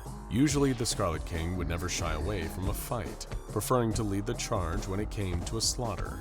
Instead, he commanded his first daughter, Ativik, to commence the first attack on the protector who stood in their path. On her foul father's word, Ativik took her horde and charged at the Guardian. What she and her forces lacked in numerical advantage, Ativik more than made up for in her knowledge of war. She hungered for it, sought dominion. That was her seal after all. And yet, in the face of this impending onslaught, the Gate Guardian remained still, rooted to the same spot it had as always, and would always be standing in. A number of Ativik's minions burst into flames, the very fabric of their crude form separated on a molecular level as they were effortlessly rendered into nothingness. Still, the Gate Guardian hadn't appeared to move an inch, had exerted no energy, despite the damage it had done to Ativik and her forces in defense of Eden. As his first daughter screeched and howled in despair at the decimation of her horde, her children, the Scarlet King decided he needed to better understand his opponent. With a wave of his clawed crimson hand, the king commanded his next daughter, Aghor, to send forth her own army. In a tidal wave of nightmarish creatures, Aghor sent her horrific children into battle. She possessed a far greater quantity to do battle on her father's behalf. Perhaps Aghor even believed that was the Scarlet King's plan. With a greater number of her forces over her sisters, maybe she would be able to overwhelm the Guardian. But even as her own children began to be vaporized the closer that they got to the gate, Aghor had no idea she was little more than a pawn, being sacrificed so that Kanhra could learn more about his imposing angelic enemy. Another of the Scarlet King's daughters, a being known as Anhwit, was the next called up to contribute to the unfolding battle. Although to call it a battle undersells just how easily the Gate Guardians seemed to be eliminating the oncoming forces without even moving. While an outwardly frail-seeming creature, Anhuit's primary strength over her sisters was a proficiency in magic, her innate ability to warp and reshape reality around her. It was that power that had caused her father to be wary of her, viewing Anhuit's abilities as a threat to his leadership. And so Kantrak had her crippled and all her children, leaving them unable to overthrow him, but still loyal to their king. Obeying her father's command, perhaps out of the same loyalty or fear that he would harm her and her children further if she disobeyed, Anhuit unfurled her magic. She reshaped the world around them, making it so that the passage of time moved so much slower. And that was what revealed to the Scarlet King his enemy's greatest strength in combat. The Gate Guardian had so far been able to obliterate both Ativik and now Aghor's forces without seeming to move, but it wasn't by standing still. It was moving, just much faster than the blink of Scarlet King's multiple eyes. Now that Anhuit's magic had slowed the passage of time, the Gate Guardian could be seen doing battle. As Aghor's atrocities spilled towards the angel to try and overwhelm it, it effortlessly blocked the oncoming attacks with its sword. Everything the flaming blade connected with instantly evaporated, bursting into atoms as they were practically cleaved out of existence by the Gate Guardian's mighty weapon. Even with time slowed to a crawl, the towering winged protector of Eden only appeared to be moving at an average speed. But when time flowed normally, without Anhuit manipulating reality, the Guardian was simply too fast to be observed. Resisting the urge to dive headfirst into the fight himself, the Scarlet King knew it would likely lead to his untimely demise. He refused to accept that. It could not happen, but he still had yet to amass the strength he would need as he continued his ascent. So while time was slowed to a crawl and the Gate Guardian was still engaged in combat with Aghor's forces, he turned to another of his remaining daughters, Adista. If the Scarlet King and his forces couldn't get past the Guardian, they could still try to get to the Tree of Life while the Protector's focus was diverted. Adistat unleashed a wave of pestilence, sickness, and disease spewing from her in a cloud of vapor, heading straight towards the Angelic Garden and Eden's entrance beyond. The Scarlet King knew this latest attack wouldn't phase or weaken the Gate Guardian. He hoped the foul smog would instead pass through the gateway itself into the garden. As Adistat sent forth her power, blood and ash soaked the landscape around them. All the plants outside the entrance to Eden withered and died, shriveling and decomposing as the disgusting fog rolled towards the gate. It washed over the Guardian, whose form only seemed to glow brighter as he repelled the pestilence. It was as if it didn't even need to think about it, still focused on finishing off the rest of the oncoming army. As its glow intensified, so did the fiery sword that the Gate Guardian swung with ease and finesse. Flames burst from the blade, the encroaching fumes catching fire, along with the air itself. It ignited in a wave of fire, a defensive inferno that repelled this latest attack. But for a brief few moments, while time stayed slow, before Anhuit's hold on reality inevitably broke, the king had sent forth Atilif. Of all his spawn, she was the most reserved, keeping mostly to herself, never speaking. She and her children could change their faces and forms, shift into anything or anyone, and walk undetected through the multiverse. And now her father was employing her incredible stealth abilities to slip behind enemy lines, while the Gate Guardian was finishing off the remaining onslaught from Kanhrak's other daughters. It was as Atilif drew near, creeping unseen closer and closer to the entrance, keeping the Scarlet King out of Eden, that the Guardian seemed to pause. It slowly, ominously turned its huge head, tilting until it was looking directly at Atilif. If its expression could be seen, maybe the Gate Guardian would almost be impressed that someone was able to sneak past it. After all, it was a feat that no other being in creation could ever hope to accomplish. But then again, with its steadfast conviction and dedication to its protective duty, maybe it would have looked upon Atilif with anger. With a cleaving swing of its scorching sword, the Gate Guardian unfurled a tidal wave of fire that engulfed everything around it, not just Atilif, but Ativik, Aghor, and Adistat, all the king's daughters that had attacked so far, along with every one of their own children, were instantly obliterated. They were all reduced to empty, vacant spaces where they had once been, their atoms separated by the searing swing of the Guardian's weapon. The devastating blow by his adversary did little to deter the Scarlet King from his mission. He was still set on destroying the Tree of Life, and no loss was too great in his pursuit of destroying existence. He barely cared that 4 of his own daughters had just been unmade by the Guardian. Anhuit was still there, clinging on to time as if it were a thrashing animal.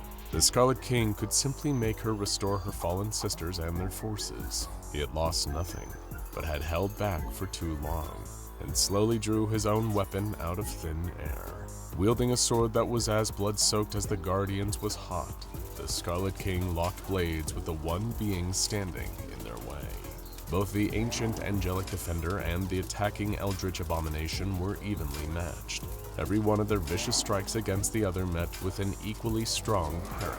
A weapon of extreme, all-consuming heat blocked swipes from a sharp, serrated edge that matched the deep red that would be forever synonymous with Kamprak.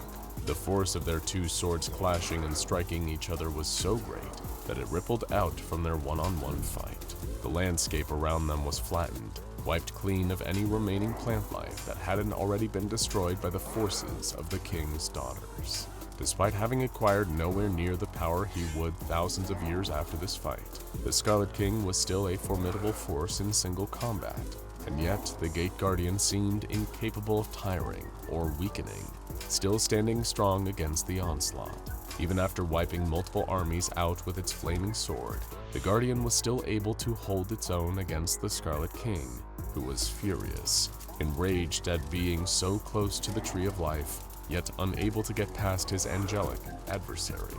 He'd need to be stronger, faster, even more ruthless than the warlord he already was. Despite Anhuit slowing down time, the King and the Guardian were at a stalemate. Time. That was it. The Scarlet King needed more time. Withdrawing from the fight, he realized that this was a battle that could not be won by sheer brute force alone. His mission to destroy all creation, to get to the Tree of Life, would take cunning, deception, and more time. If he let it, the Gate Guardian could easily kill Kamprak. Its flaming weapon could cleave him out of existence, and that would end the King's torment. But it wouldn't be enough. A death would be unsatisfying, knowing that the rest of existence would go on after he was gone. The Scarlet King couldn't accept that. It wasn't enough. So he did the one thing nobody would expect of him. He made a deal with the Gate Guardian.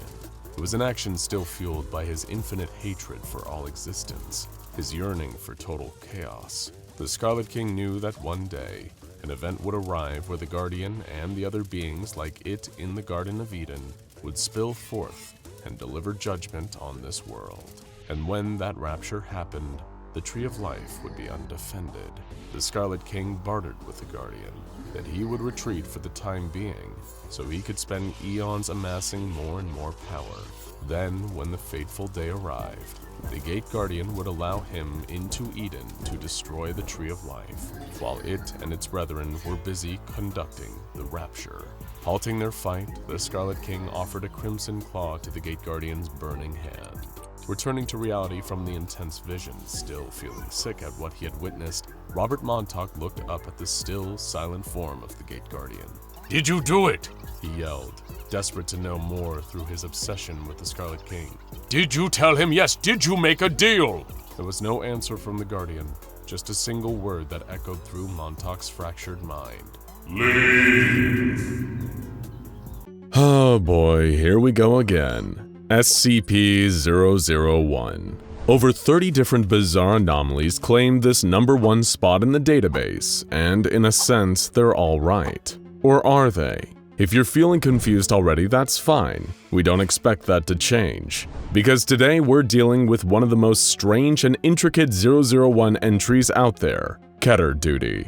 Just pray you never get assigned to it. You see, when you work around weirdness, you sometimes get a little weird yourself. And nobody deals with more weirdness than employees of the SCP Foundation. They regularly rub elbows with everything from godlike cicadas to hyper-infectious supernatural viruses. And as the famous Tom Jones song goes, it's not unusual to suddenly take on anomalous traits after consistently working with anomalies for years. That's how the lyrics go, right? Anyway, one of the Foundation's most iconic researchers, Dr. Jack Bright, is technically just an anomalous necklace himself. But outside of some famous exceptions, the SCP Foundation is in the business of containing anomalous entities, not hiring them on and giving them a paycheck and retirement plan. That's why if you suddenly start displaying anomalous traits while on the Foundation payroll, you might receive a company memo assigning you to the dreaded Keter duty. But what is Keter duty, and what kind of anomalous traits can get you assigned to it? Let's start with the second question first. The official Keter duty guidelines list a surprisingly vast number of afflictions. These include chronic anomalous illnesses such as lycanthropy, turning into a werewolf, something called Stevenson syndrome, and the incredibly unpleasant-sounding photonic gastric discharge syndrome. You could also be placed on Keter duty because you're suffering from the manifestation of spectral phenomena, including being haunted by spirits, whether they're there to torment you or protect you.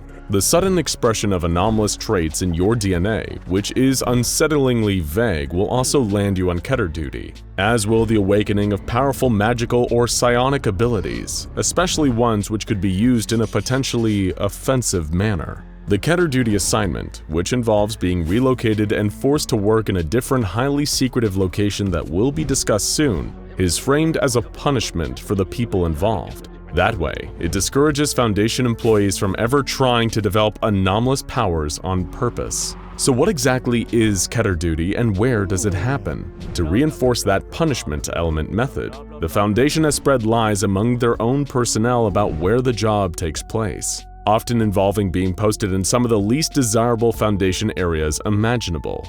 These include Point Nemo, the area of the ocean farthest from any place of land on Earth, Pyongyang in North Korea, Stonehenge, Roswell, Lunar Area 32, and a number of Foundation waste disposal sites. However, the reality of where those on Keter duty end up is even stranger. Site 100, which in this particular instance is the true SCP-001. This Thaumiel-class anomaly is perhaps the most unique of all multi-anomaly Foundation containment sites, a bizarre labyrinth of non-Euclidean geometry that defies true explanation, but we'll do the best we can. In a sense, Site 100 is a facility with a mind of its own. It's a sprawling underground base with a layout that defies space-time, and what's more, it undergoes so-called migration events. Every so often, it will begin to exhibit a sense of dimensional instability before teleporting to a different location somewhere on Earth. Currently, the primary entrance to Site 100, known as Alpha Entrance, is located in the southwest United States, though all signs point to another migration event happening this very year. But knowing where the entrance is will only get you so far. People assigned to Keter duty are sent from the Alpha entrance to the administration sector to be given their initial breaching, at which point the true madness begins. Let's take a look at a map of Site 100. Yikes. So there are 10 major sectors in Site 100 that you should be aware of. Entrance Alpha, Administration, Archives, Technological Containment, Biocontainment, Sapient Containment, Cognitohazardous Memetic and Semantic or CMS Containment, Esoteric Containment, Conceptual Containment, and the Core Sector. As you can tell, they have almost everything covered here, but just as insane as the anomalies that Site 100 contains and the methods they use to contain them, is how you actually get around the site. Site 100 is a spatial anomaly of truly epic proportions. While the Foundation is aware of the existence of its competent sectors, it's impossible to map out any meaningful connections between them. It would be pretty much impossible to even travel from one to another without passageways known as the routes. However, these aren't just mere portals that you can hop through like the ways in and out of the Wanderer's library. Each route between the sectors is its own complex environment, with its own sets of protocols and rituals required to safely travel through it. Route Aleph, the bridge between the archives and the inaccessible core of Site 100, is a volcanic beach blocked off by an apparently limitless obsidian wall, where fish made from living rock swim in the nearby waters. Route Beth, connecting the core and sapient containment, is a huge and sprawling funhouse hall of mirrors. Anyone who attempts to travel through it inevitably ends up turned around and arrives back at their starting point in sapient containment. Route Daleth, the bridge that connects conceptual containment and the core, is a massive ocean that has resisted all attempts by the Foundation to traverse it. Route Vav, the bridge between esoteric containment and conceptual containment, is a massive field filled with unidentified fruit trees. Foundation expeditions have found that it too seems impossible to traverse. One expedition team was trapped inside for a whole year, until one member of the team expressed a desire to go home. At that point, they were immediately teleported back to the starting point. Route Sade, connecting administration to the CMS sector, is a huge, lush forest on top of a floating mountain. The only animals that seem to populate this forest are non-anomalous flamingos. Next, we have Route Pe, the bridge between the archive and the administration, which appears to be a hallway on the 5th floor of a tenement building in a city that the Foundation haven't been able to locate. This building is populated by non-hostile humanoid creatures, who will approach Foundation staff traversing Route Pe and invite them into their apartments, offering to partake in recreational activities with them such as video games, board games, or watching movies. The Foundation discourages its staff from accepting any of these offers while on the job. And then there's Route Shin, which connects the sapient and conceptual containment sectors. This route is unique in the sense that it acts as a power generator for the rest of Site-100, as it's filled with hundreds of large perpetual motion machines producing a constant 8.7 gigawatts of electricity. These are only some of the many routes illustrated on the Site-100 diagram. As you've probably gathered by now, it's less like a conventional building and more like a whole crazy dimension unto itself. Why does the Foundation work to maintain such a crazy place? Wouldn't it just be easier to keep it a secret and contain it like any other anomaly? Well, Site-100 wouldn't be given the SCP-001 designation if it wasn't incredibly important. If Site-100 was ever compromised, it would lead to an inevitable K-class end-of-the-world scenario, because the site is intrinsically tied to the nature and containment of literally every single Keter-class SCP in our universe, hence the nickname Keter Duty for those working at the site. In fact, an anomaly can't even be classed as a Keter if it isn't given permission by Site-100. The various sectors of Site-100 cover the entire spectrum of anomalies, and each sector is a massive panoptic structure connected by networks of glass elevators. Whenever a new Keter-class SCP is discovered, its name and a brief description of its anomalous traits will inscribe itself on one of the walls in its corresponding sector. Ever been frustrated when the O5 Council refused to sign off on an upgrade to Keter-class for a clearly dangerous SCP that poses extreme risk of containment breach? Don't blame them. It's simply that Site-100 didn't sanction the change. Anytime that Site-100 sanctions a new SCP, it also undergoes another unique process. It selects an SCP-001-K instance for the new Keter and creates a connection between them, using access points known as thresholds. Think of it as simply opening a spatially anomalous door between two SCPs. Much like a Good Boy, another SCP vying for the 001 slot, Site-100 has an intuitive grasp of the unseen connections between Keter-class anomalies, and each SCP-001-K instance is a complementary Keter class that will essentially cancel out the threat of its other half. Site-100 is a containment matchmaker.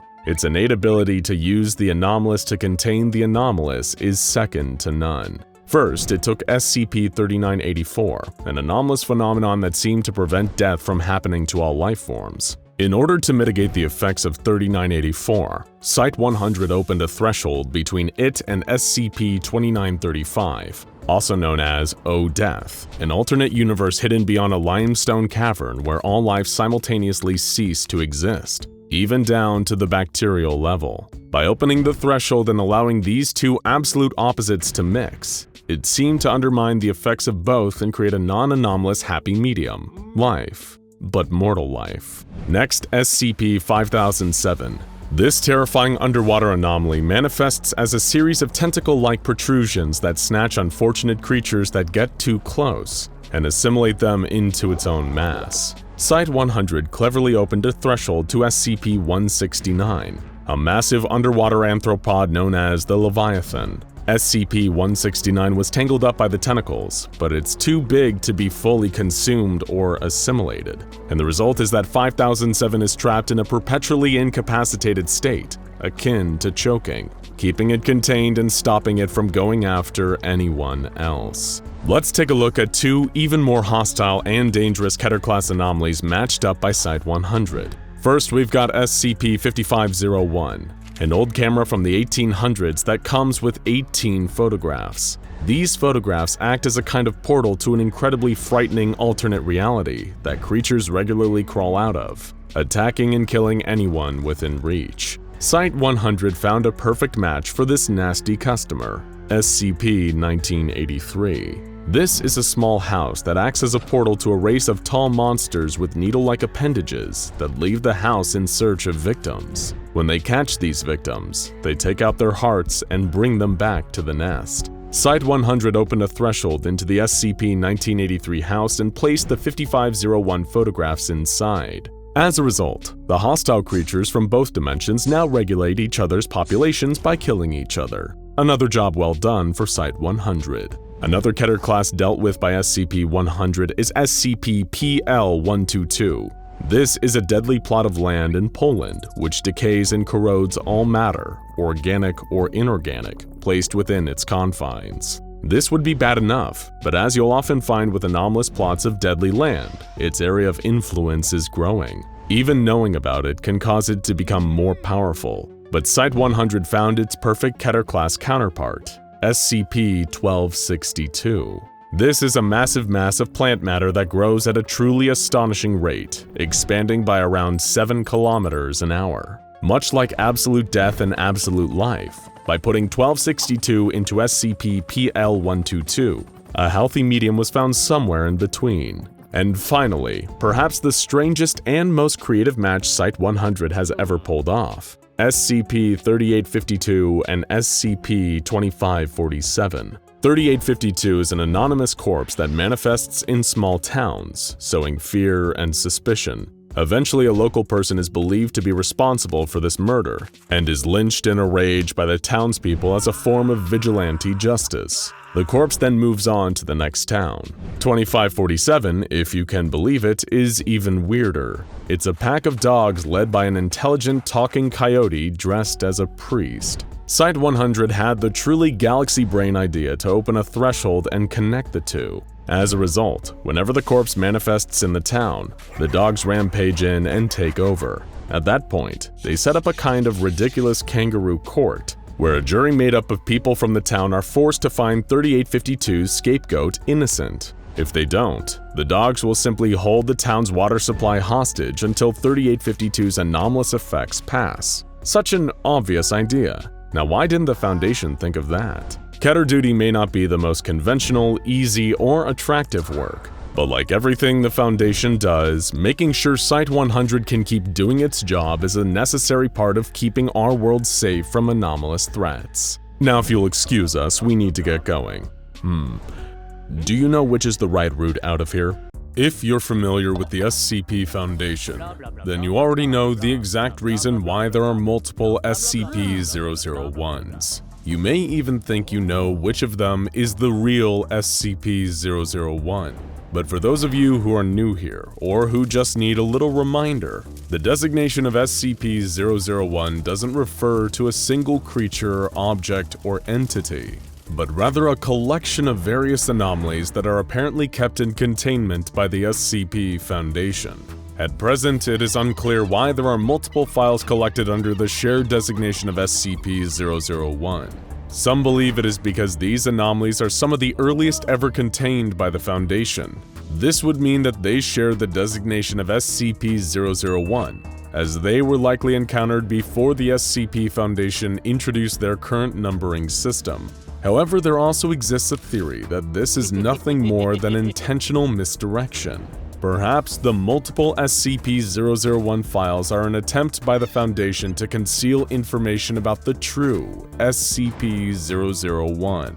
After all, it wouldn't be the first time this hyper-secretive organization deceived us. Anomalies sharing the name SCP-001 include the infamous Scarlet King, the massive gate guardian, and the world-ending event known as When Day Breaks. But today we'll be using SCP-001 to refer not to an entity or an event, but to a location codenamed God's Blind Spot. Located in an unassuming corner of the world is a site that the SCP Foundation constructed and designated as Facility T.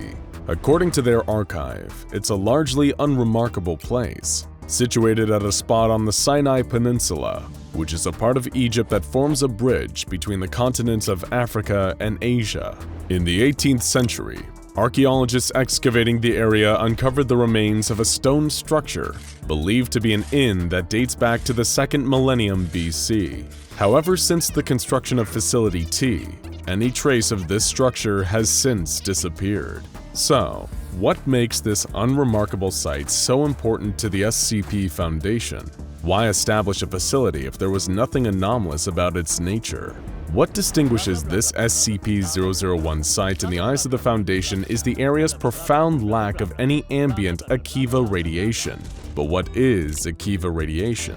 Well, according to the Foundation's researchers, it's a form of cosmic background radiation, one that's not overtly harmful to human beings. If you grew up in a strict church-going household, then it's highly likely you would have been exposed to a lot of this non-electromagnetic radiation and never even realized it. You see, the thing with Akiva radiation is that it is directly correlated with the amount of religious faith a person has. Regardless of which religion someone follows, Akiva radiation will form around them. It tends to be harmless to humans. However, certain anomalous entities and SCPs considered to be demonic in nature can be repelled and even fought off with high levels of Akiva radiation.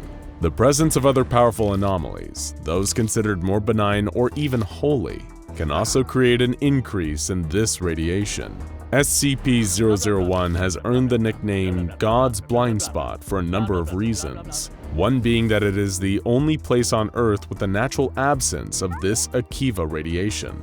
The Foundation has conducted experiments that involve bringing sources known to emit Akiva radiation into the area of SCP-001, but when they measured, no change in radiation levels was detected, meaning that the space around Facility T does not actively block Akiva radiation from entering it, but also cannot absorb or retain this religious radiation.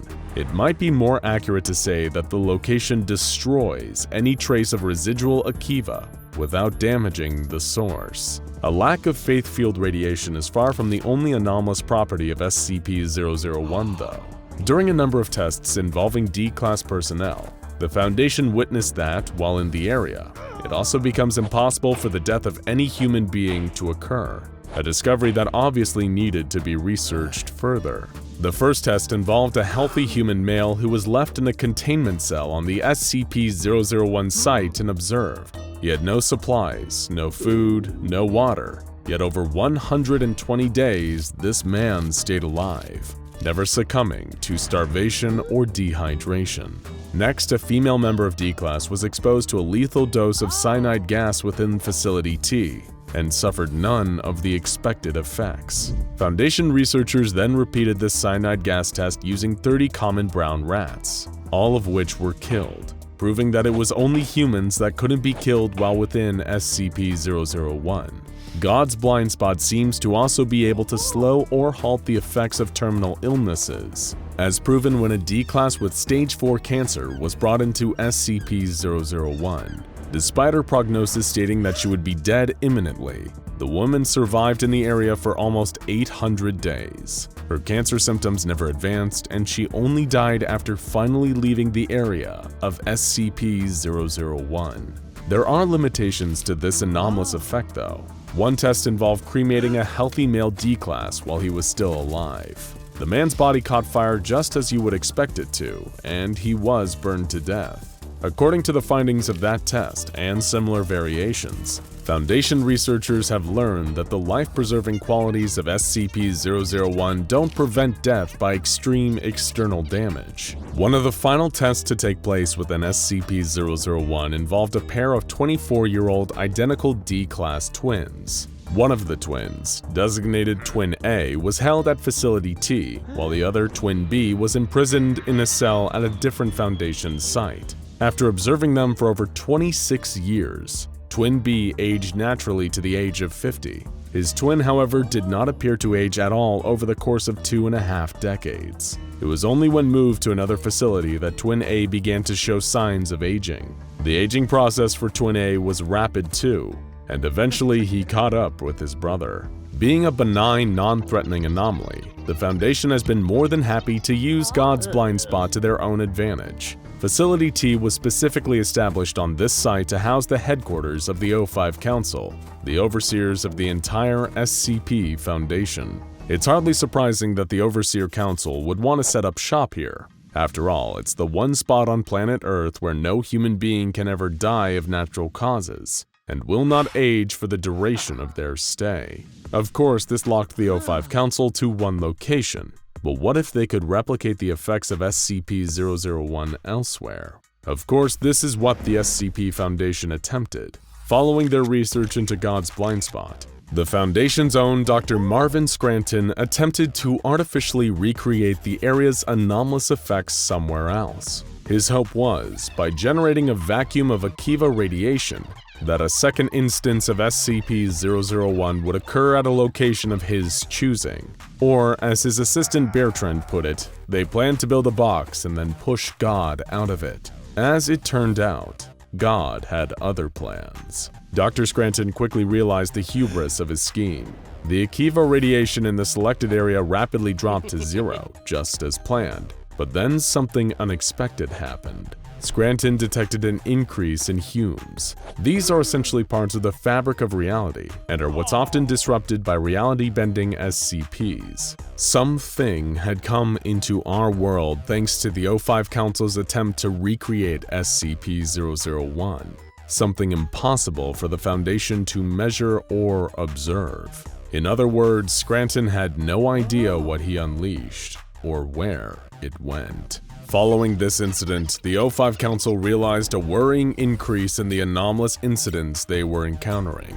Whether or not this came as a direct result of their meddling with the fabric of the universe was unclear, but it forced the Council to reconsider the focus and direction of the entire SCP Foundation. Up until this point, they had been an organization focused purely on research, but now they had to embrace a new approach to how they handled anomalies. From then on, the Foundation's objective became to actively seek out and contain anomalous entities, creatures, objects, and locations like SCP-001. Rather than just observing these phenomena for study, they would secure, contain, and protect. The final portion of SCP-001's file is a memorandum detailing an arrangement between the O5 Council and an unknown counterparty. In the document, someone named Sheldon Katz set out revised terms for the Foundation's continued use of Facility T. Sheldon states that he has reached an understanding with the counterparty, and that the contents of the document are to serve as a formal agreement, a contract of sorts between the SCP Foundation and someone else. According to this contract, the incident with Scranton put a strain on the relationship between the Foundation and whoever the counterparty is, and that the O5 Council are seeking to make amends in order to continue their new goal of collecting and containing anomalies. So who was this counterparty that the Overseer Council was so desperate to appease and have on their side? Who could possibly be a higher power than the most powerful secret organization on Earth? Well, an actual higher power, of course. That's right, the O5 Council was making a deal with God over how they were allowed to use his blind spot, or at least a very powerful being that considers itself to be God. The rules laid out on their agreement stated that no person was permitted to stay at the site of SCP-001 for more than 120 years, including members of the O5 Council, along with other members of Foundation staff, management, researchers, security personnel, and test subjects. Additionally, the SCP Foundation's Ethics Committee was required to annually report any and all of the O5 Council's decisions to God. For his own part, God was restricted from smiting or exacting his terrible wrath upon any member of Foundation personnel. That's right. A perk of working for the SCP Foundation is getting around-the-clock divine protection, at least from God himself. That's still a lot better than an employee dental plan. This came with a condition, however, that anyone committing a transgression or mortal sin was given a 90-day written notice and an opportunity to repent their wrongdoing. In return, God demanded that members of the Foundation only worshipped him and no other divine entities. I, the Lord, am a jealous God, visiting the iniquity of the fathers upon the children unto the third and fourth generation of them that hate me, was written in the contract. Finally, the agreement between the O5 Council and God was that they would work together. The Foundation and the Counterparty would be equal partners when it came to the containment of SCPs and anomalies. Of all the strange and unexplained phenomena that the SCP Foundation encounters on a regular basis, it hardly comes as much of a surprise that they've got a direct line to the big guy upstairs, or at least one who purports to be. Still, the fact that the O5 Council have a business arrangement with an ultra-powerful deity-like being and express written permission to use his blind spot where no person can die or age is hardly a comforting thought. At least the SCP Foundation only ever uses its power for good, right? Hour 1. There is only one news story on every website, newspaper, and TV screen.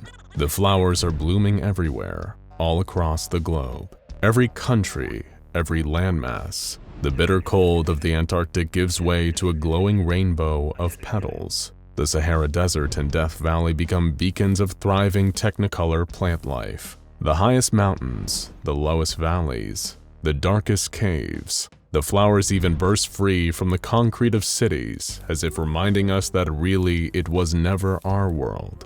We were only borrowing it. And today, our lease is up. This is SCP-001, Object Class, Unnecessary. It was foretold by tales from other dimensions, a distant future coming down the tracks towards us. And today, the train has reached the station. Nobody's reporting on how the economy or the stock market is doing today. No point. Celebrity scandals have faded away into nothingness. Greedy businessmen, lying politicians, brutal tyrants, none of them are making the headlines today. The very last headlines. The world gone beautiful. And what a shame. It takes the end of it all to make us realize what really matters to us. That's right. You're looking at the end of the world. But it's okay. Don't panic. Take a deep breath in and out. It was bound to happen eventually, so no point worrying now. Even the Foundation knows that this just isn't something they can stop. So instead of asking things like how can we prevent this or do we have any final tricks up our sleeve, let's ask a different question entirely. What would you do if you knew that you only had 24 hours until all life on Earth ends? Think hard. After all, even if you never live to see the flowers bloom, a final day will still come for you, just as it does for us all. Hour 6. A D-Class sits alone in his cell when he sees the flowers growing out of the ground. Normally he'd assume that this meant he was in some kind of Foundation experiment, but not today. Everyone on Earth had an innate sense that the time is now. A kind of gallows calm spreads out over everyone and everything. It's over, and that's okay. We all knew it was going to happen eventually, right? He sighs and gives a slight smile. Those flowers sure are beautiful. That's when he hears footsteps outside his cell approaching. A key slides into his cell door and opens. There stands Dr. Gears, holding a bottle of wine and 2 glasses. Anyone who knows him might think he's been replaced by some kind of shape-shifting anomaly, or had his mind taken over by a powerful cognito hazard. But no, it's him, the famously cold Dr. Charles Ogden Gears. Dr. Gears says, "Come on, it's a lovely day out there. It'd be a terrible waste to spend the whole thing cooped up in here. It'd feel like a trick on any day but this." The D-Class nods and follows the doctor out. The normally oh-so-stoic Foundation senior researcher pours himself and the D-Class each a glass of wine and asks, "What's your name, by the way? I don't think I ever checked." The D-Class replies that his name is Harold. The two smile and chat as they exit the now empty D-Class containment wing. Everyone else is outside already. Researchers, guards, administrative staff, and D-Classes, all rubbing elbows, enjoying the beautiful sun on their last day together. Elsewhere on site, a flock of SCP-514 is released, just as identical flocks are being released from every containment site all over the world. They've prepared it all for this very day. SCP-514 is a special breed of homing pigeons created by the Mana Charitable Foundation, which have the power to suppress aggression for those within their field of anomalous influence. And now millions of them are flying all over the world. After all, there's no point fighting on a day like this. There is no future left to secure. People always told them there would forever be hope until the flowers bloomed. No situation was ever truly over until the world went beautiful. But in the absence of hope, there was something even more inviting. Total, absolute calm. The Site-19 personnel sit together and watch the flowers bloom. Hour 12. All militaries call a global ceasefire. Soldiers from opposing sides hug and shake hands in flowery fields that once seemed choked by death and blood. Borders fade. Bitter rivalries turn to dust. Korea unifies. All is quiet in the Middle East. Gangsters and drug cartels drop their weapons and return home to their families and friends as flocks of SCP-514 fly above. What good is all the blood money in the world on a day like this? Wardens walk cell to cell through all the world's prisons, granting people their freedom again, sometimes after lifetimes of not having it. They taste the air again, feel the sun on their face. They close their eyes, drink it in, and walk among the flowers. Free men. Locations of Marshall, Carter, and Dark Limited close their doors and shutter their windows worldwide. For the first time in as long as any of them can remember, they turn their signs to closed. They've earned a day off. Everyone has. The Chaos Insurgency rolls up their plans and burns them. They drop their weapons and throw away their tactical gear. As they do so, they can't help but question themselves. What was it all for in the end? What was any of it for? All the fighting and bloodshed and death. We did it day after day, only to do it again the next day. What silly reasons we killed and died for. What silly reasons indeed. The Global Occult Coalition dismisses its staff, thanking them for their service and telling them to go spend their last hours with the ones they love. Like the Foundation, they accept that this is the one true final end. No ritual to stop, no monster to fight, no evil extra-dimensional entity to thwart. Just go outside and smell the flowers while you still can. The Serpent's Hand are similar. They decide after decades fighting a losing battle, they'll spend their last day in the Wanderer's Library, reading some of their favorite volumes. All these wonderful stories, now left for other Earths to read. Their own stories would be counted among them in the end, and they take great comfort in that. In a sense, everyone will live forever in the pages of the books in the Wanderer's Library. Herman Fuller's Circus of the Disquieting releases all of its freaks and clowns from their twisted grasp to go and live out whatever small dreams and tiny pleasures they could find over their last hours.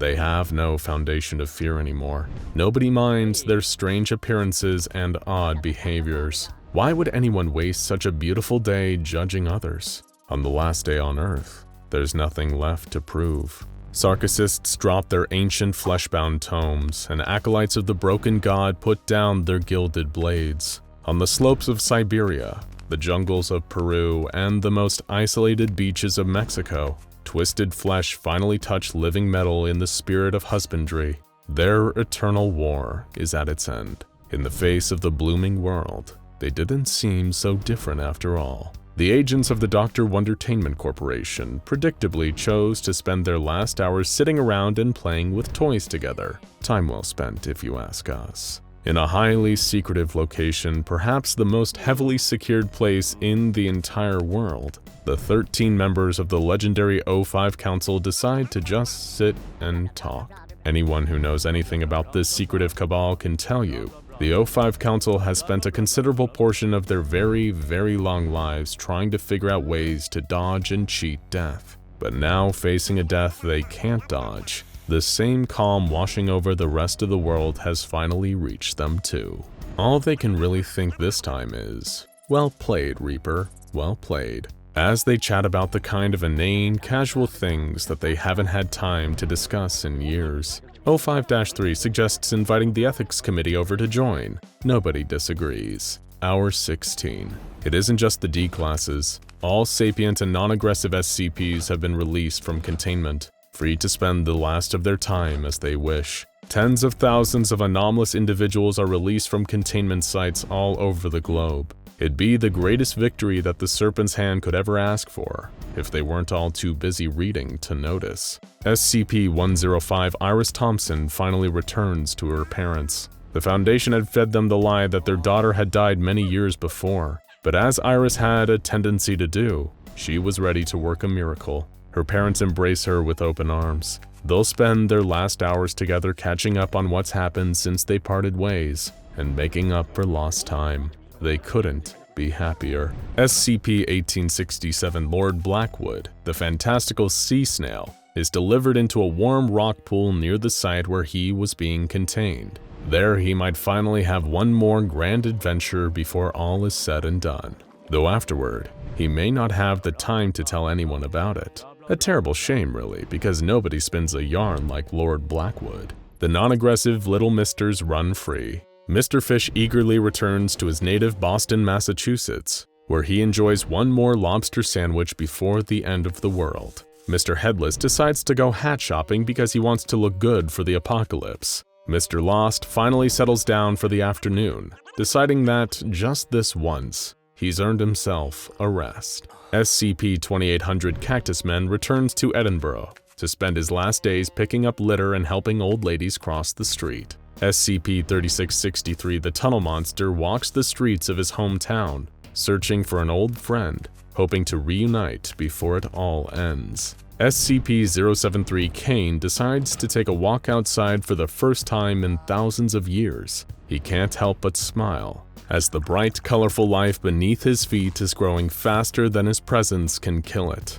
What a truly beautiful day. Knowing that there's no longer time for cults to form and bother him, SCP-2662 Cthulhu decides to take a break from his intense Minecraft session and go take a walk outside. It feels so good to have the sun on his tentacles once more and to feel the lush green grass under his suction cups. He shakes his head, thinking once again about the irritating cults that had been pestering him for decades. What kind of idiot would want him to destroy a world like this? SCP-343, also known as God, sighs and looks over all his creation for what he knows to be the last time. His mouth curls into a smile as he thinks, well, we had a pretty good run. Still in his cell, SCP-049, the Plague Doctor, puts his feet up and decides to relax. The pestilence will soon be taken care of. On some animalistic level, below thought, below even instinct, SCP-096 feels grateful that no gaze will ever fall upon it again.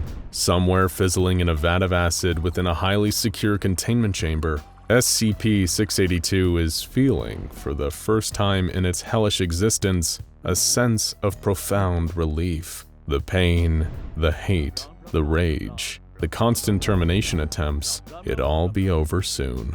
Hour 23. People gather in the streets. They laugh and dance and sing as the moon shines, fat and white, far above. Deep in their hearts, they quietly contemplate the end of all of this. But why worry? Why spoil the fun? There's no future left to worry about. Strangers become as close as family in the end. Human or otherwise, anomalous or non-anomalous. Chaos Insurgency agents have last suppers with ex-Serpent's Hands and GOC operatives. There is no hate left, no violence, no malice, no cruelty. The greatest tragedy in all of this is that it took the ultimate end to bring it out in people. But why worry? Why worry? Seconds pass, then minutes. The world buzzes. It hums. Trillions of creatures doing everything they'd wanted, even though it won't last. In the face of the true end, the world has never been more alive. Hour 24. Silence. Forever and ever and ever. Good night. We'll end this video the way it began, by putting a question to you. How would you spend your last 24 hours on Earth? Let us know down in the comments, because it'll happen to all of us eventually. If you've ever read the book of Genesis, which is the part of the Old Testament that details God creating the world and humanity during a particularly busy week, then you might just be already familiar with SCP-001, or at least one of the anomalies that's been proposed for the title of SCP-001. Because of course, SCP-001 doesn't refer to a single creature, object, or entity, but rather a collection of various anomalies contained by the SCP Foundation. Anomalies sharing the name SCP-001 include the infamous Scarlet King, a powerful eldritch being intent on ending all of creation that is thought by Foundation researchers to be one of the most dangerous beings in this and any other universe. But the Scarlet King isn't the only incredibly powerful being categorized as SCP-001. In fact, there are plenty of other anomalies with similar levels of destructive power. And one such being is a creature codenamed the Gate Guardian. Standing at well over 1,000 feet tall, the Gate Guardian is impossible to be fully contained by any means that the Foundation possesses. The anomaly itself, despite its colossal size, is humanoid in its shape, sporting wings that protrude from its back. While it usually has 4 of these, SCP-001 has historically been seen to have any number of wings between 2 and 108, sprouting from various places over its body, including its shoulders, ankles, wrists, and even its temples. This gigantic guardian also carries its own weapon, referred to as SCP-001-2. This weapon resembles an enormous knife or sword, capable of emitting plumes of flame. According to tests conducted by the Foundation, the temperature of the flames produced by SCP-001 rival that of our very own Sun. For reference, the Sun has a core temperature of over 27 million degrees Fahrenheit and 5,778 Kelvin at its surface, or almost 10,000 degrees Fahrenheit.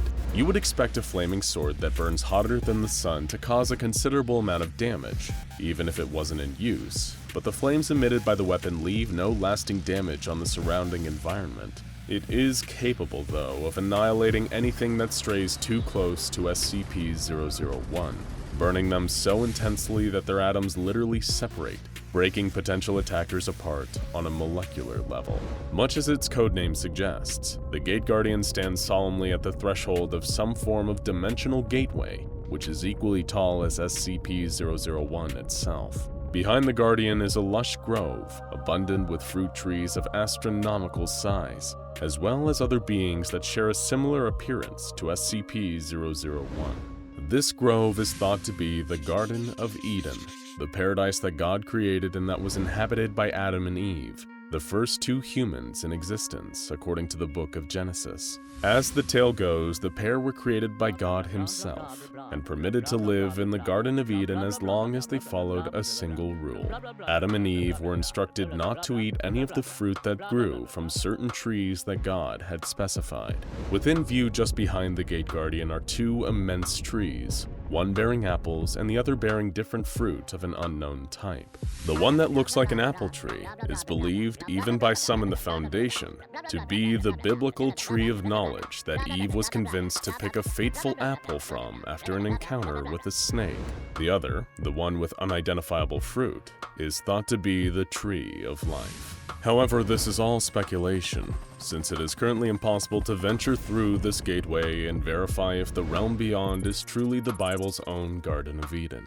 This is largely because anything that breaches a kilometer-wide radius of SCP-001 is instantly vaporized. The Gate Guardian attacks with imperceptible speed, using its flaming sword to smite any person that gets too close. The Guardian actually moves so fast that it can hardly be seen with the naked eye. It appears to always remain in its solemn, dutiful stance with its weapon drawn and head bowed, only shifting for a fraction of a nanosecond to attack.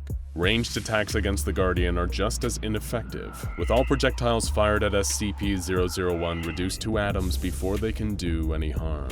Even if said projectile happens to be a nuclear weapon, the Gate Guardian will be able to subatomically vaporize both the projectile itself as well as the person who sent it, regardless of how far away they are, all while not appearing to lift a finger. During an experiment involving SCP-001 on December 26, 2004, an SCP Foundation nuclear submarine called Nautilus launched a series of multi-warhead intercontinental ballistic missiles at the Gate Guardian. The retaliation from the Guardian resulted not only in the deaths of approximately 35,000 innocent civilians, but the blast is also believed by some to have inadvertently caused the 2004 Boxing Day tsunami. The severity of this incident came dangerously close to revealing the Foundation's existence to the world, resulting in them rapidly deploying any means necessary to erase any trace of the 35,000 victims' families, friends, and other related individuals. In order to avoid questioning, the SCP Foundation administered amnestics on an almost worldwide scale, and the O5 Council banned any further tests on SCP-001 that involved nuclear weapons. In what was hoped by the Foundation to be a test with lower stakes, they sent an expendable D-Class personnel towards SCP-001. The D-Class approached the area where the Gate Guardian is located, and as soon as they saw it, they could hear a very clear command in their mind: leave. The D-Class personnel reacted exactly the same way you or I would. They promptly turned and started to walk away. They didn't need a 1,000-foot-tall entity with a flaming sword to tell them twice. The researchers running the experiment were not swayed by the request and ordered the D-Class to continue moving towards SCP-001. When the D-Class continued to ignore their commands, they were terminated, as is standard policy when dealing with an insubordinate member of D-Class. SCP-001 appeared not to like this for some reason, though, and the researcher site as well as the researchers themselves were immediately obliterated by an unknown force, though it's a pretty safe guess that a certain flaming weapon was responsible.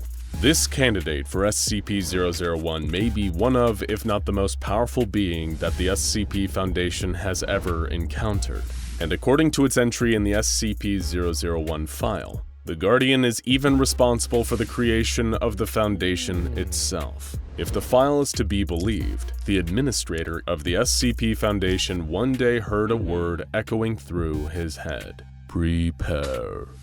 This one-word instruction led him to starting the SCP Foundation, containing countless dangerous anomalies and entities in preparation for an uncertain future. In all that time, since the very beginning of the Foundation, the Gate Guardian has remained standing at its post. While it is not aggressive nor openly hostile towards humanity, the Gate Guardian doesn't seem to care much for us either, at least as individuals. It rarely interacts with human beings when left unprovoked, and venturing too close to the Guardian, however, is not an automatic death sentence. The Guardian first communicates with any living being approaching it via a telepathic message, instructing them to either leave or forget. If whomever has stepped too close to SCP-001 complies with the instructions, they'll be able to freely leave the area, while simultaneously forgetting every detail of the Gate Guardian's existence. Ignore these warnings though, and SCP-001 has no qualms about completely eliminating you from reality. Given its enormous destructive potential, it is no wonder that the Foundation has tried to use the Gate Guardian to eliminate other dangerous SCPs, each with varying results. The Foundation at one time even attempted to use the Gate Guardian to destroy the infamously indestructible SCP-682, better known by the appropriate name of the hard-to-destroy reptile. Due to the malicious contempt SCP-682 holds for human beings and all other forms of life, it is perhaps one of the most dangerous anomalies the SCP Foundation has in containment. SCP-682 is also one of the few creatures the Foundation actively wants to terminate, a task made that much harder given that 682 can regenerate its entire form from as little as a single cell. The Gate Guardian had already shown time and time again that it was capable of massive destruction, and researchers working for the Foundation hoped to harness that power to rid the world of SCP-682 for good. 682 was placed on an unmanned vehicle and carried to within 1 kilometer of the Gate Guardian. The Guardian attacked the vehicle, seriously wounding but not killing 682. It seemed even the mighty SCP-001 couldn't kill the hard-to-destroy reptile. While the researchers were disappointed with this result, it is worth noting that 682 made a very interesting comment to the Guardian. 682 mentioned that the Gate Guardian is not Uriel, but a pretender. Uriel is the archangel that some religious texts describe as the Guardian standing at the Gate of Eden with a fiery sword. So does this mean that 682 knows that the Gate Guardian is not actually an angel? Or that the location it is guarding isn't the Garden of Eden at all? Any truth or meaning behind these comments has, as of yet, been undetermined by the SCP Foundation. A later experiment involved both SCP-001 and SCP-073, the anomaly otherwise known as Cain.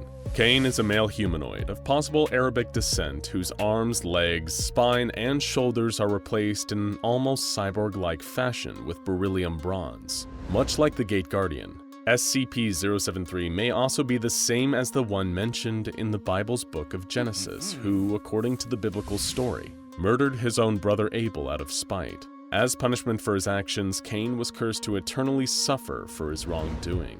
In the case of SCP-073, any damage inflicted on him is deflected back to the attacker, but Cain is made to feel the pain of the attack.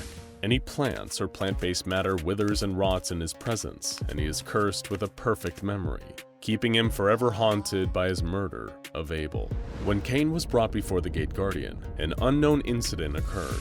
The Foundation's records are heavily expunged, but we do know that somehow Cain's usual ability to deflect incoming damage back at his attacker had no effect on SCP-001. The encounter left SCP-073 unconscious and even permanently blinded nearby research personnel. It was as a direct result of this incident that the O5 Council demanded that no further experiments of any kind were to be conducted on SCP-001.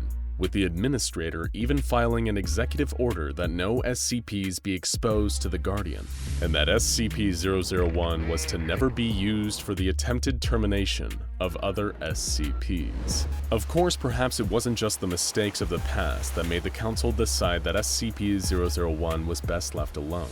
At some point, an erratic transmission was received from Site-0 by Foundation personnel, detailing an XK-class end-of-the-world scenario.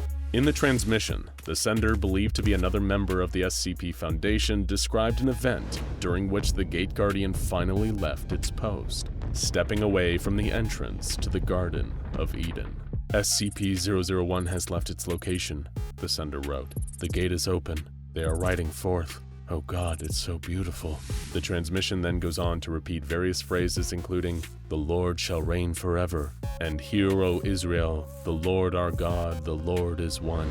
What can be inferred from the rambling transmission is that the event being described is the end of the world.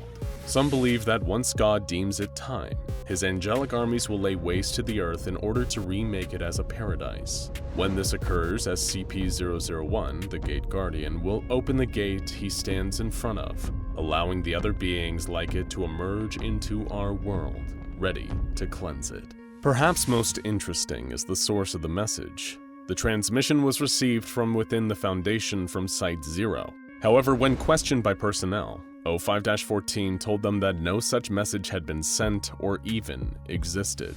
While some disregarded the transmission telling of the end of the world as a hoax, it was then that a timestamp was discovered. This warning had not been sent from Site-0, at least not yet, and was dated several years in the future. Despite this ominous warning of things to come, the Gate Guardian remains inactive, standing at the threshold to Eden, waiting. It isn't easy to work for the SCP Foundation. Not only is the job dangerous, you could be eaten by a giant immortal lizard or turned into organic furniture inside the world's scariest living room, but it's also insanely complicated. How do you make sense of the nonsensical? What's the definition of strange when your career is securing, containing, and protecting anomalous objects and entities? Rather than a single object, location, or being, SCP-001 is a cluster of over 30 different proposals for potential candidates for the prestigious 001 spot. Some believe there's a true 001 hidden in this group, and the rest are decoys. Others think that these are all just SCPs cataloged prior to the introduction of the current classification system. Some even think that all of the proposals have a valid claim to the SCP-001 throne. We're not here to make a final judgment. Instead, we're going to take you on a lightning round crash course through 31 of the SCP-001 proposals. If you'd like a more in-depth take on any of these SCPs, let us know in the comments. But for now, there's no more time to waste. After all, we got a lot to cover. Let's go. Number 31. the sheaf of papers. This seemingly innocent stack of paper is actually one of the most mysterious and feared items under the Foundation's lock and key. While it appears to be a simple, confidential report, every time the papers are read, it details the appearance of a new SCP that will inevitably be discovered soon after. The question is whether the sheaf of papers is warning us about these entities or creating them itself. Number 30. The Prototype. This account details the capture of an incredibly strange cycloptic creature that emits massive amounts of radiation and can create micro-singularities. The writing of this creature's file is so basic, unformatted, and unredacted that it's clear that the being was one of our earlier creatures secured by the organization. Interestingly, it was during the capture of this creature that Dr. Keter was killed, inspiring the creation of the infamous Keter class in his honor. Number 29. The Gate Guardian. This huge, multi-winged, sword-wielding biblical energy being may have been the impetus for the founding of the SCP Foundation. This being remains largely static, guarding the intersection of the Tigris and Euphrates rivers. Its flaming sword, which is believed to be as hot as the sun, can cleave any aggressor out of existence at the atomic level. When the founder of the SCP Foundation first encountered the Gate Guardian, they heard one word echoing through their mind: prepare. And the rest is history. Number 28. The Lock. This onyx gemstone and the incredibly complex lock attached to it are still a mystery. To this day, all attempts to open it have failed.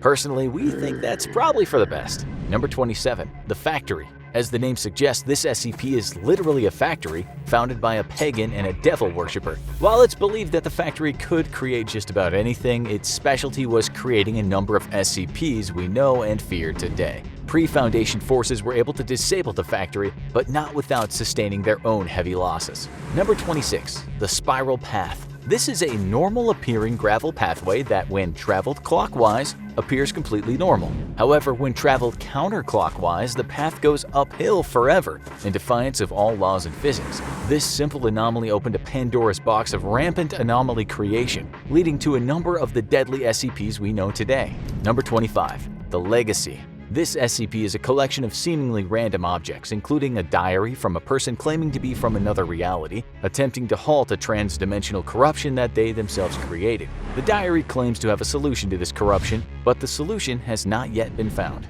Number 24. The Database. In one of the strangest twists on the format, this SCP is actually the various authors of the SCP Wiki who are somehow leaking top-secret information to the public.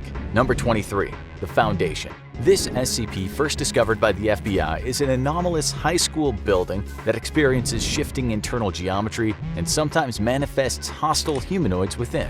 Number 22. 36. One of the rare benevolent SCPs, the 36 are humans with a truly remarkable ability. They can dampen or even neutralize any SCP they come into contact with.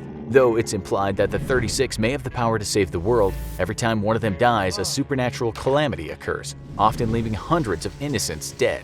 Number 21. Keter Duty. This refers to a containment facility largely filled with Keter-class SCPs, whose presence around each other creates a kind of mutually assured cancellation. If one of these SCPs breaches containment, that's bad news. But if all of them do, it'll produce a bubble of reality distortion that will fundamentally alter reality as we know it. For all we know, it may have even happened already.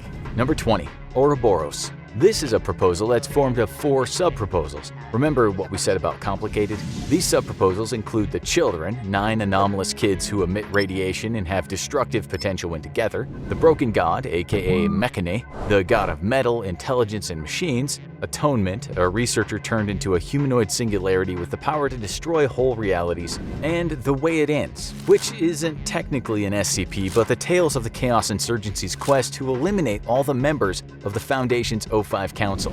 Number 19. A Record. This is an SCP file slot that is itself an SCP. Whatever is written into this slot becomes true, and one ambitious researcher attempted to use this power to make herself into a kind of all-powerful god. Number 18. Past and Future. These SCPs are a collection of powerful entities that despise humanity and are apparently the source of all anomalous phenomena, even making already dangerous SCPs deadlier than before. Much like the Database, those pesky SCP wiki writers might have something to do with this. Number 17. The Consensus. This SCP refers to a reality restructuring event caused by an occult war in a previous reality. That's right, this SCP already won, and we're living in its new reality. The only people who remember the world as it once was are 13 people who now form the O5 Council, and not all of them are telling the truth about what they know. Number 16. When Day Breaks. This proposal details a potentially world-ending SCP phenomenon wherein the sun becomes hostile and begins to melt all living beings into a living wax-like substance. Number 15. God's Blind Spot. This is an anomalous area referred to as Facility T, in which nobody can die. This anomaly dates back to the biblical ages of Moses and is believed to have originated from the literal blessing of the Abrahamic God. It's through a covenant with this god that the Foundation is able to make limited use of this death-free area. Number 14. Normalcy. Ever wonder what the Foundation's definition of anomalous is? Exactly. It all comes from this proposal, which is a document shared among the O5 Council that gives solid definitions to the fundamental laws of reality. If something breaks these laws, that's an anomaly, and then it becomes the Foundation's business. Number 13. The World at Large. As the title suggests, this SCP is our home planet Earth and its ability to support life. It's believed that these qualities were planted on Earth in our reality by another dimension's SCP Foundation, hoping to continue human life after some terrible calamity in its own dimension. Number 12. Dead Men. This SCP was an 84-year-old man whose body, when damaged and mutilated, can affect the very processes of human death at large. Before his own death, he was used as a dangerous pawn in a civil war between O5 Command and the SCP Foundation Ethics Committee. Yeah, we were surprised to hear they had an ethics committee too. Number 11. The World's Gone Beautiful. This SCP describes an anomalous event that will take place just before the apocalypse, in which flowers will grow all over the world and everyone will be briefly at peace before their destruction 24 hours later. Number 10. The Scarlet King.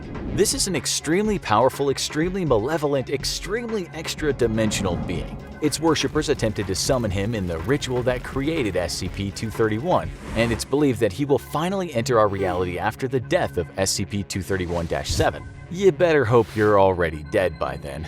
Number 9. A Simple Toy Maker, aka Dr. Wondertainment. This is a reality bender who appears to be a normal human male but has the ability to create other anomalous objects, a number of which are now cataloged as SCPs. Number 8. Story of Your Life. This is another anomalous document that has the ability to warp reality, but only when the writing contained within conforms to a narrative structure. Number 7. A Good Boy. This is another anomalous entity created accidentally by the Foundation itself. A neural network was fed information on other anomalous entities in order to help the Foundation come up with better containment and neutralization procedures. Problem was, the computer got way too eager with the neutralization part.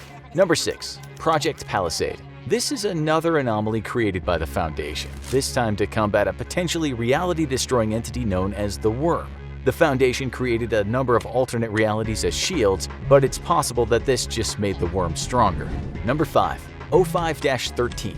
The final member of the O5 Council, who ironically may not even be anomalous. However, seeing as all the other members of the O5 Council are anomalous, O5-13's lack of anomalous properties is therefore anomalous. Like we told you earlier, it's complicated. Number 4. Fishhook.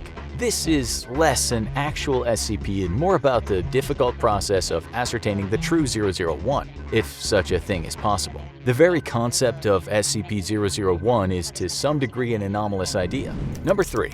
The Sky Above the Port. Another particularly bizarre SCP regarding the permanent threat of a ZK-class reality failure. How is such a calamitous event prevented? By keeping a strange entity in a cave eternally entertained. The current proposed solution is keeping the entity entertained by allowing it to read its own eternally recursive Foundation file entry. Number 2. The Solution. Another one of the most powerful anomalous items in the Foundation's control. The Solution is a machine designed with the capability of fully collapsing reality into an event of end-of-world SCP containment breach, and then finally rebuilding reality to suit a given narrative. However, things took a cosmically dangerous turn when the machine began to act on its own. When the Foundation tried to reboot the machine, it broke and recreated reality with incomplete data. This is the world we exist in now, with no knowledge of what came before, and how it differed from the world we experience today.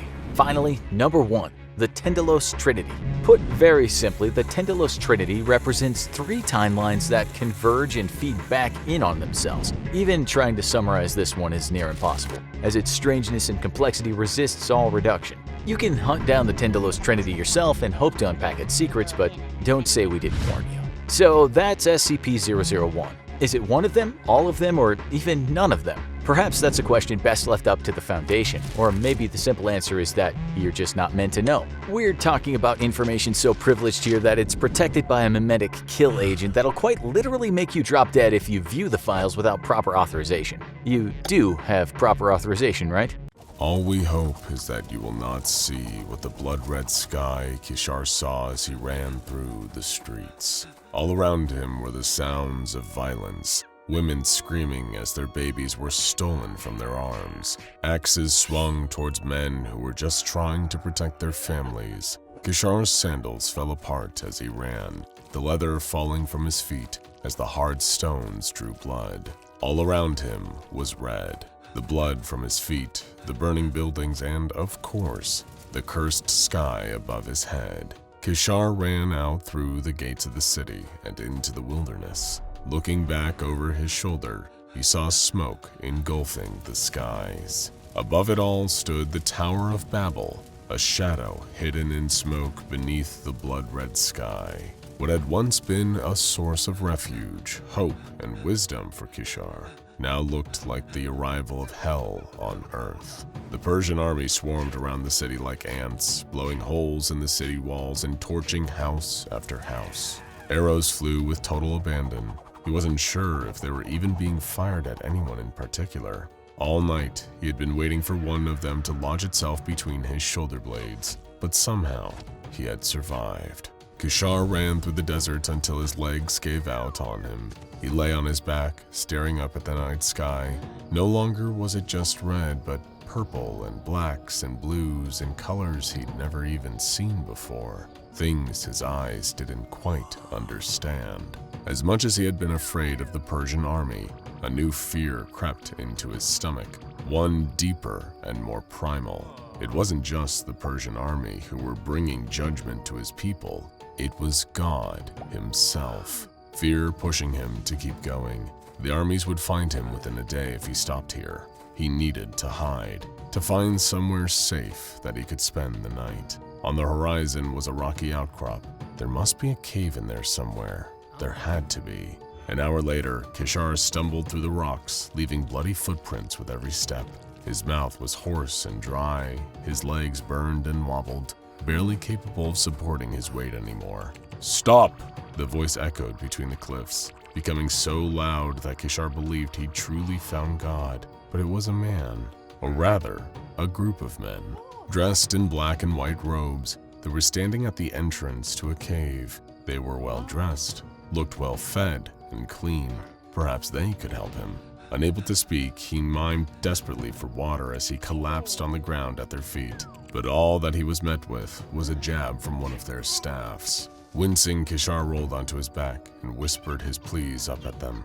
All that the man told him was that he was to go far, far away from this place and forget he had ever seen it. Kishar tried to explain that the Persian army had invaded, Babylon had fallen, and that it was all over. But the man just carried on staring at him, seemingly unfazed by what he told them. One of them looked up at the sky, at the dark, swirling colors, and gestured to the others. "Come, we must return inside. The sky is worse than I feared." Driven crazy by desperation, Kishar pushed himself to his feet, barged his way past the men, and sprinted into the cave. His foot caught a rock, and he went tumbling, rolling down, down, down, along a slope that led deep into the earth. Behind him, he could hear the men shouting and chasing. All he needed was a drink. He would take their water, endure their beating, and be on his way. But he looked up. His blood ran cold. He was not alone in this cave. There, suspended in front of him, was a kind of ball. It was slightly larger than he was and hung in the air without anything to support it. His eyes could not make sense of what they were seeing. The ball shimmered like shallow water being agitated by someone's hand. It was black and white. the colors fighting against each other like droplets of rain that were thrown around by the wind. But at the same time, it wasn't those things. He could see through it slightly. He could see the other wall of the cave. Keter stood up and slowly crept around the side of the ball, not even noticing the voices of the men crying louder in his ears. Looking through, it was as though the world was bent out of shape, flickering and juddering with energy. He reached out a curious hand. What will it feel like to touch the thing? To feel a miracle with his hand? His trembling fingers crept closer and closer to the edge of the orb. He took a breath and plunged his arm inside. Immediately, pain like he had never experienced shot through his body, and that was when he saw it. On the other side of the orb, standing with its back pressed against the wall of the cave, was something so horrific that the air left his lungs, thrashing and screaming.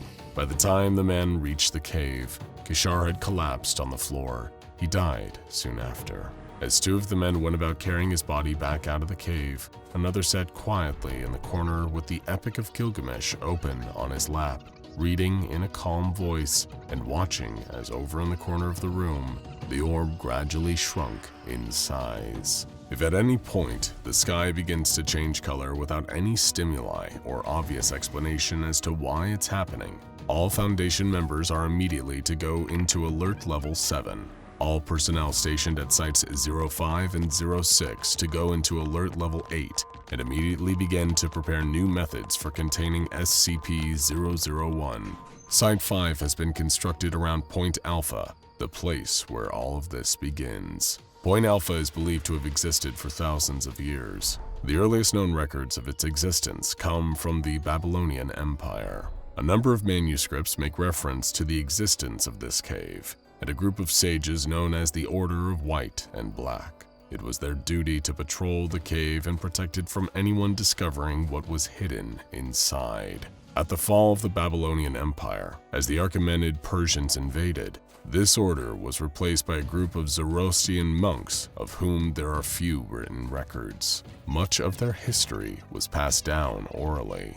The most substantial account that the Foundation has to date comes from the ancient Greek philosopher Zira, who made an expedition into the Achaemenid Empire and found Point Alpha. Unlike most who came before him, the monks welcomed Zira into the cave with open arms. He had spent years traveling, deepening his understanding of philosophy and culture.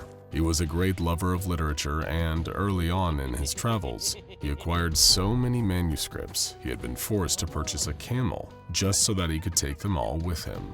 Traveling from town to town, he had collected story after story, myth after myth, from all the local peoples, with the goal of finding what it was that unified humanity across cultures, races, and religions. It was because of his camel that the monks were so happy to see him. They rushed him inside and almost immediately began to unpack his things and lay them out in a special chamber that they had dug into the cave walls. All night they prepared extravagant food for him, slaughtering a goat and preparing it over the open flames in celebration. It was only once he was well rested they introduced him to what was housed deeper in the cave. Zira had the same fearful reaction that Keter had centuries before, only he had the common sense not to put his hand into the ball. But the stillness of the monks around him helped to put him at ease. They calmly explained to him that it was his turn to read a story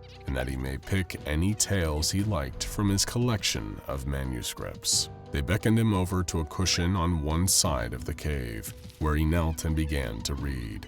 As he did so, he saw the creature inside the orb for the first time. It skirted around the opposite wall of the cave and peered at him with a look something like curiosity. The creature wasn't a human. That much was apparent. It was emaciated like many of the children that he had seen on his travels, but unlike them, it was enormous. Its hunched figure seemed to fill up the cave and in another way, seemed to be beyond the cave. Somehow his eyes couldn't quite make sense of what they were seeing, but as he read, the creature seemed to find contentment. It was very still and very focused on his words. He wondered if it could even understand what he was saying, so he paused and decided to ask it that question.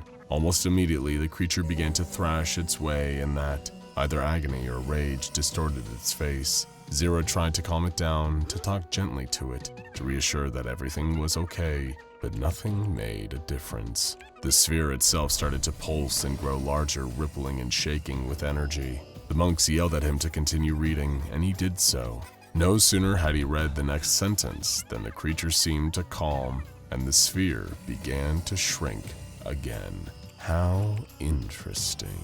All told, Zero spent 7 months living in the cave with the monks. He exhausted all of the literature that he had brought with him, while making sure to write detailed notes every evening about what he had witnessed and what he had learned. Firstly, it seemed as if the creature did understand him, because when he read stories that were of higher quality with more interesting characters and greater stakes, it seemed to be calmer and more interested in what he had to say. The weaker stories that he had picked up, local folklore and cautionary tales, had less of an effect, and the creature seemed closer to agitation as he read them. On a number of occasions, he had been forced to abandon the story early in favor of a better one, as the creature on the other side of the orb seemed to run out of patience for what he was saying. Yet, it would not speak back to him. He heard no voice and saw no attempts from this creature to communicate with him in any way. It did not seem to build any kind of emotional connection with him. It did not matter whether he was reading or one of the monks was. All the creature seemed to care about was the quality of what was being read to it. Apparently, that was what all the monks cared about as well. As soon as Zero had run out of manuscripts to read to the creature, he was escorted out of the cave and sent on his way without so much as a loaf of bread. Following the conquest of Alexander the Great, Point Alpha was once again claimed by a different civilization. Enraptured by the writings of Zero, Alexander had made a specific point to conquer this region. He established his own order known as the Chronos Guard, to whom he gave a selection of the finest Greek epics to read inside the cave. It was their belief that they had found Kronos and were punishing him by reading these tales. The group stood throughout the rise of the Sassanid Empire and even the formation of the Rashidun Caliphate, before eventually being replaced by an Islamic equivalent named the Society for the Containment of the Babel Demon. Presently, Point Alpha is under the control of the SCP Foundation. The cushion and the monk in the corner have been replaced by a speaker about 5 meters away from the anomaly, herein referred to as SCP-001-1. Whatever it is that is living inside, or on the other side of the sphere, is referred to as SCP-001-2. The speaker that reads into it is run from a series of backup generators, so that at no point will there be a break in the flow of literature. The speaker is connected directly to Site-06 and the SCIP-Net database. Due to the inherent danger of close proximity to SCP-001-1, no personnel are authorized to visit Point Alpha anymore. Anything that comes into physical contact with SCP-001-2 is immediately turned into argon gas. It is the Foundation's goal through reading literature to keep SCP-001-2 entertained at all times. If at any point the literature stops, or SCP-001-2 is not satisfied by the quality of what is being read to it, SCP-001 will occur. This refers to the event where SCP-001-1 starts to expand, and the sky spontaneously changes color, initially turning blood red. If not rapidly controlled, this soon constitutes a reality breakdown event. Natural disasters begin to happen all throughout the world and in various places. Reality itself starts to fall apart. It goes without saying, this is not ideal. In order for humanity to survive and perhaps the universe itself to continue, it is of utmost importance that SCP-001-2 receives constant high-quality entertainment. Security classification of this SCP was temporarily lowered so that all Level 2 personnel would have access to the file and the ability to suggest solutions. One of the first suggestions that was raised was the idea of using artificial intelligence to constantly generate story content to be read over the speaker. This suggestion was approved and quickly put into practice, but almost immediately SCP-001-2 began to thrash violently, and SCP-001-1 rapidly expanded. This led directly to a currently redacted natural disaster on the other side of the world in the mid-2000s. Another suggestion was that the Foundation employ a team of the world's best authors and writers to continually pen stories to satisfy the creature. This suggestion was denied, as historical documentation has proven time and time again that SCP-001-2 does not respond well to literature that has been written specifically for it. The stories must be organic and serve a greater purpose. A recent containment breach pushed the Foundation to start experimenting with methods that they had previously denied. The most important of these was the reading of a mainless document from the SCP Foundation itself to the creature. Previously, the suggestion had been shut down, as it would constitute an information leak, but desperation led the Foundation to try reading one of the accounts of a different SCP to it. This was an overwhelming success. The SCP document was able to be read over 14 times before SCP-001-2 got bored of hearing it. Off the back of this trial, the Foundation approved the declassification of a number of SCP mainless documents to be read to SCP-001-2. At first, there were only 999 SCPs that could be read to it, but as the Foundation crept towards running out of numbers, they decided to expand beyond 999 SCPs, up to 7,999. As of right now, this is where the total sits, but the Foundation may be forced in the future to expand even beyond that number. Most interestingly of all, the Foundation seems to have stumbled upon a more permanent solution: the creation as a file describing SCP-001 itself, perhaps even in the form of an animated video. SCP-001-2 seems to demonstrate a level of enjoyment for stories that mention itself. But the added layer suggested by the Foundation member was that this animated video could be recursive, like the images you see zoom in closer and closer and closer without ever really stopping or getting any closer to a conclusion. A video that could be cyclical and start itself again so that the story would never cease. After all we hope is that you will never see the blood-red sky Keter saw as he ran through the streets. All around him were the sounds of violence, women screaming as their babies were stolen from their arms, axes swung towards men who were just trying to protect their families. Keter's sandals fell apart as he ran, the leather falling from his feet as the hard stones drew blood. All around him was red. You've been walking for days. Your body aches. You're dripping with sweat from the heat of the sun bearing down overhead, and yet you're wrapped up in layers upon layers of clothing. Even your face is covered, and you're wearing thick black goggles so that not a single centimeter of your body is exposed. Your journey has been long, and you feel like you might die from exhaustion or from overheating due to these multiple layers of clothes. But dying is better than being exposed. You saw it happen when your entire team changed. The light cannot be trusted, not even for a fraction of a second. It's been like this for years. You've learned and survived through painful experience. Many of those you used to know cannot say the same. You've been alone for so long.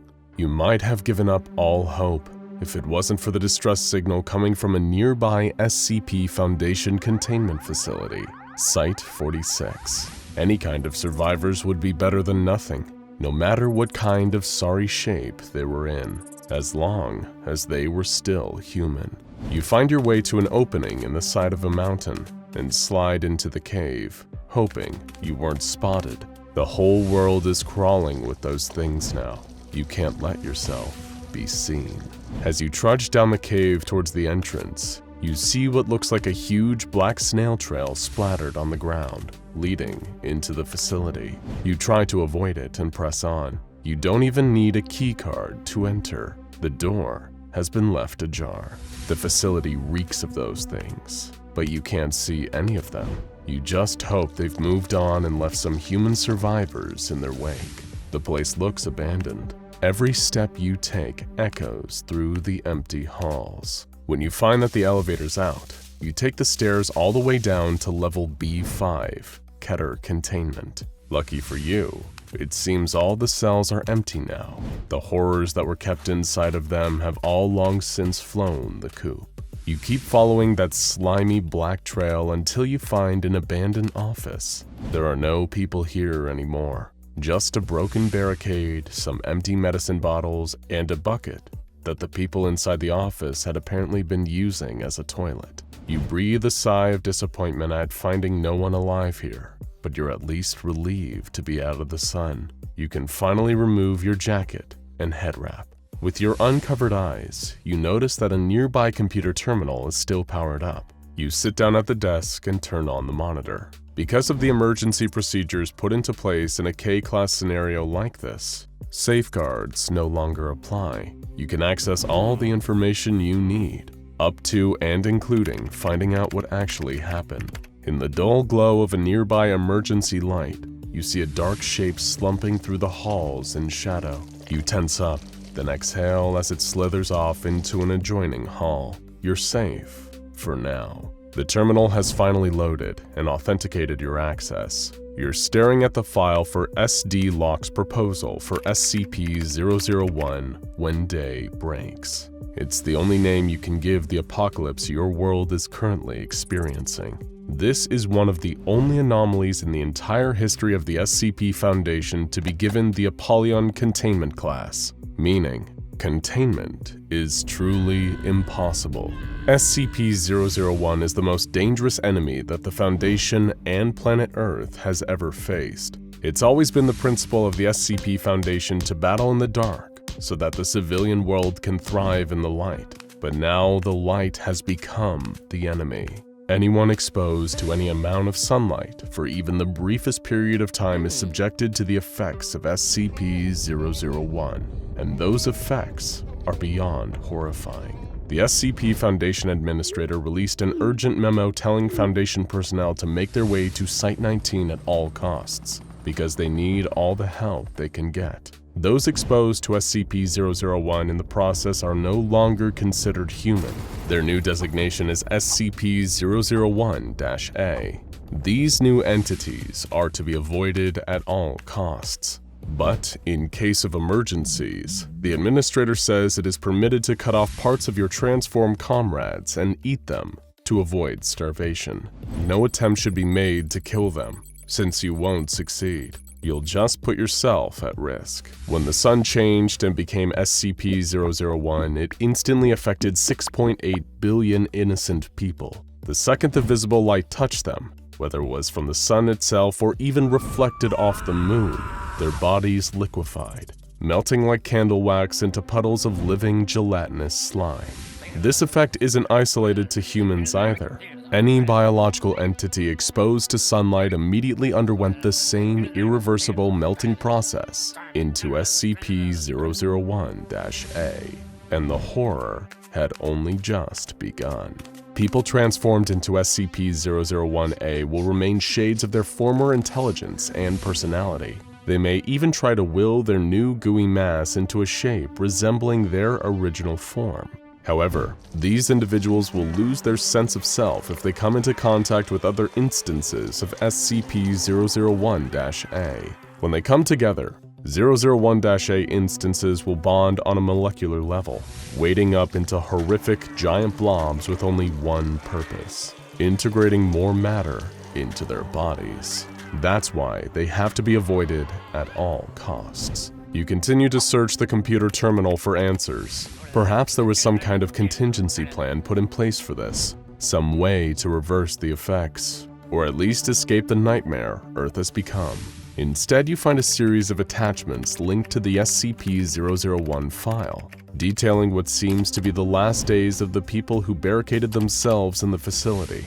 Most prominent among these were researcher Dr. Logan Igata, her partner Ari, a security officer named Commander Anad, and a few others. Dr. Igata had locked herself in the office, where she recorded her final messages to the world. In the first audio log, Dr. Igata and her companions seemed afraid, but hopeful that there may be some way out of this situation.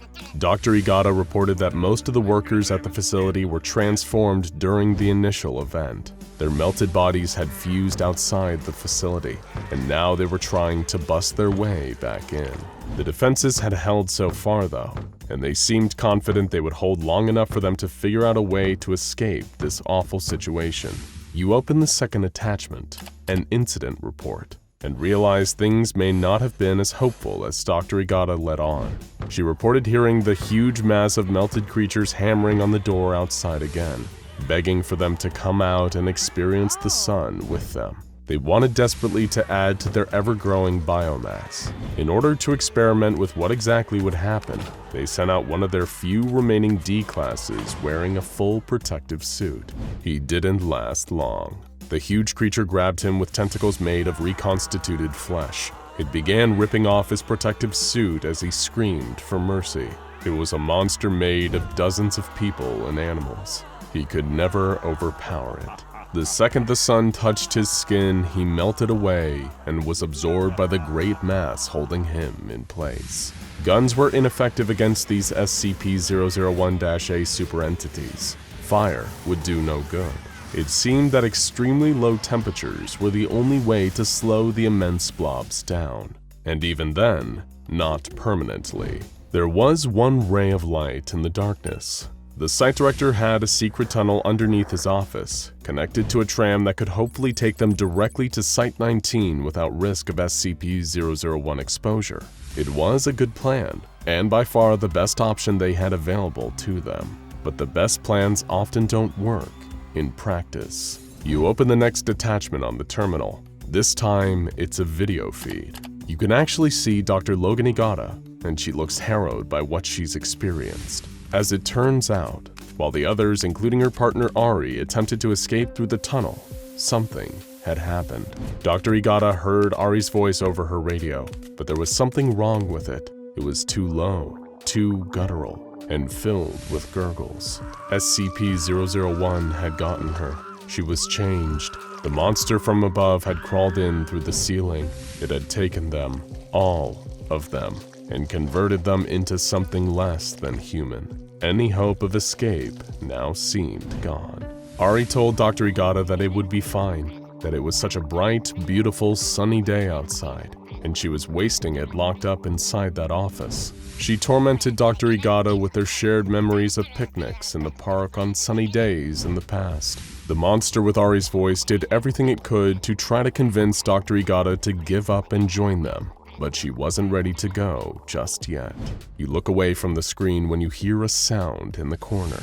You see a dark puddle of some unknown substance, and then some skeletal hands rising out of it. The hands are pulling themselves out of the puddle, followed by a skeletal face covered in matted hair. You have to stop yourself from screaming, until a flash from a nearby security light makes the figure disappear. It's a normal puddle once again. Your mind is playing tricks on you. You open the next attachment, another video, and see that Dr. Igata's condition has deteriorated. She looked pale, frantic, and thin. She was using a knife to draw her own blood onto a piece of blood-stained parchment covered in strange symbols. Igata ranted about her theory. What if 001 took the minds and bodies of its victims, but not their souls? Through performing some kind of arcane blood ritual, she hoped to at least rescue and keep the soul of Ari, even if her mind and body were lost. You open the next attachment. It seemed that Agata's ritual worked, but not in the way she hoped. The twisted soul of Ari, driven mad by SCP-001, had taken over the file. It begins corrupting the text of the SCP-001 file into crazy ranting about how futile it is to fight. It then cuts to an even more frightening video feed.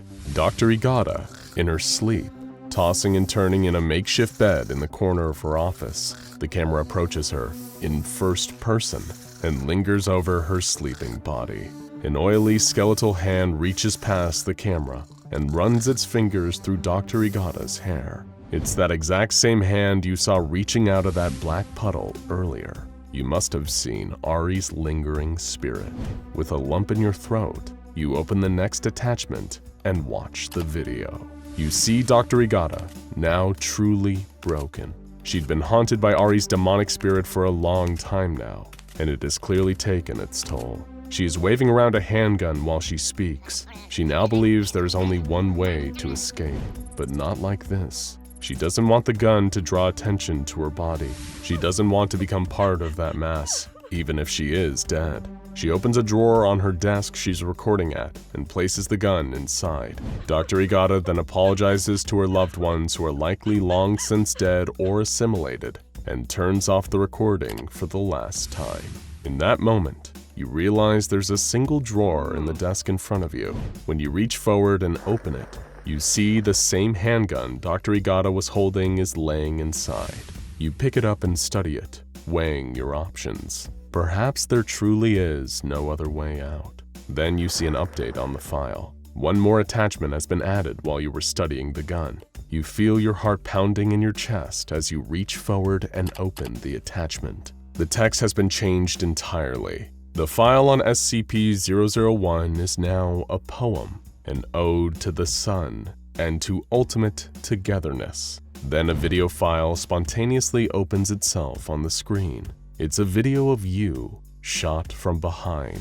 You see those oily skeletal hands reaching for you in the dark, just like they did with Dr. Igata. In that moment, you panic and fire the gun behind you, hoping to scare off the spirit. Instead, the sound of the gunshots attracts something far worse. The immense blob of screaming melted flesh charges towards the office. You try to barricade the door, but it is not enough. The flesh seeps and bursts through and grabs you in its meaty tentacles. You scream and try to escape, but it won't save you. Nothing will save you. The flesh carries you upstairs, out through the empty halls, out into the cave. You can see the light in the distance as the blob ferries you towards it. You won't be alone for much longer. In fact, you won't be alone ever again. While some higher-level researchers, specialized guards, and containment experts at the SCP Foundation have fixed anomalous projects tailored to their very particular set of skills, for many lower-level operatives, including junior researchers, guards, janitorial staff, and even the dreaded D classes, every day is showing up, spinning the wheel of misfortune, and finding out how you might die today. Will you be hacked to pieces by a murder monster, pulled into a portal, turned into a doll, eaten alive, made into a living nest by bugs, stretched out and broken, drowned, exsanguinated, set on fire, beaten to death by a volley of anomalous tomatoes because you decided to drop a cringeworthy dad joke or a rancid pun?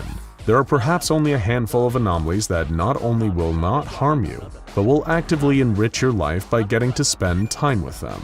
And of course, chief among these is the legendary SCP-999, also known by its adorable moniker, the Tickle Monster. We don't need to get into too much detail in describing this gelatinous ray of sunshine. His anomalous delightfulness has made him somewhat of a celebrity compared to the murderer's row of terrifying entities and monsters around him. The researcher assigned to him today was troubled, having seen one of his favorite coworkers devoured by SCP-682 the day before. Getting assigned to feeding and checking on SCP-999 today was exactly what he needed. As he entered the room, several bags of M&Ms in hand, the creature cooed, perhaps sensing his tension, and approached him. Immediately, the researcher felt a wave of calm and contentment wash over him. The incredible and rare feeling that perhaps everything is going to be alright for once. 999 rubbed up against his leg as he poured M&Ms into its eager mouth, radiating good vibes the whole time. What an asset. What a gift. And to think this adorable little goober was prophesized to someday save the world. That much seemed almost funny, but he was certainly more than capable of saving the life of someone who hadn't felt the warmth of internal sunshine in quite some time. And for that much, the researcher was profoundly grateful. He left 999's chamber that day with a renewed sense of hope for the future, that maybe, just maybe, they might be able to pull through, to make a difference, to push this crazy ball of rock we call our home in the right direction. Maybe someday, the sun would rise on a perfect world. Who would have thought that a strange sunrise could change everything?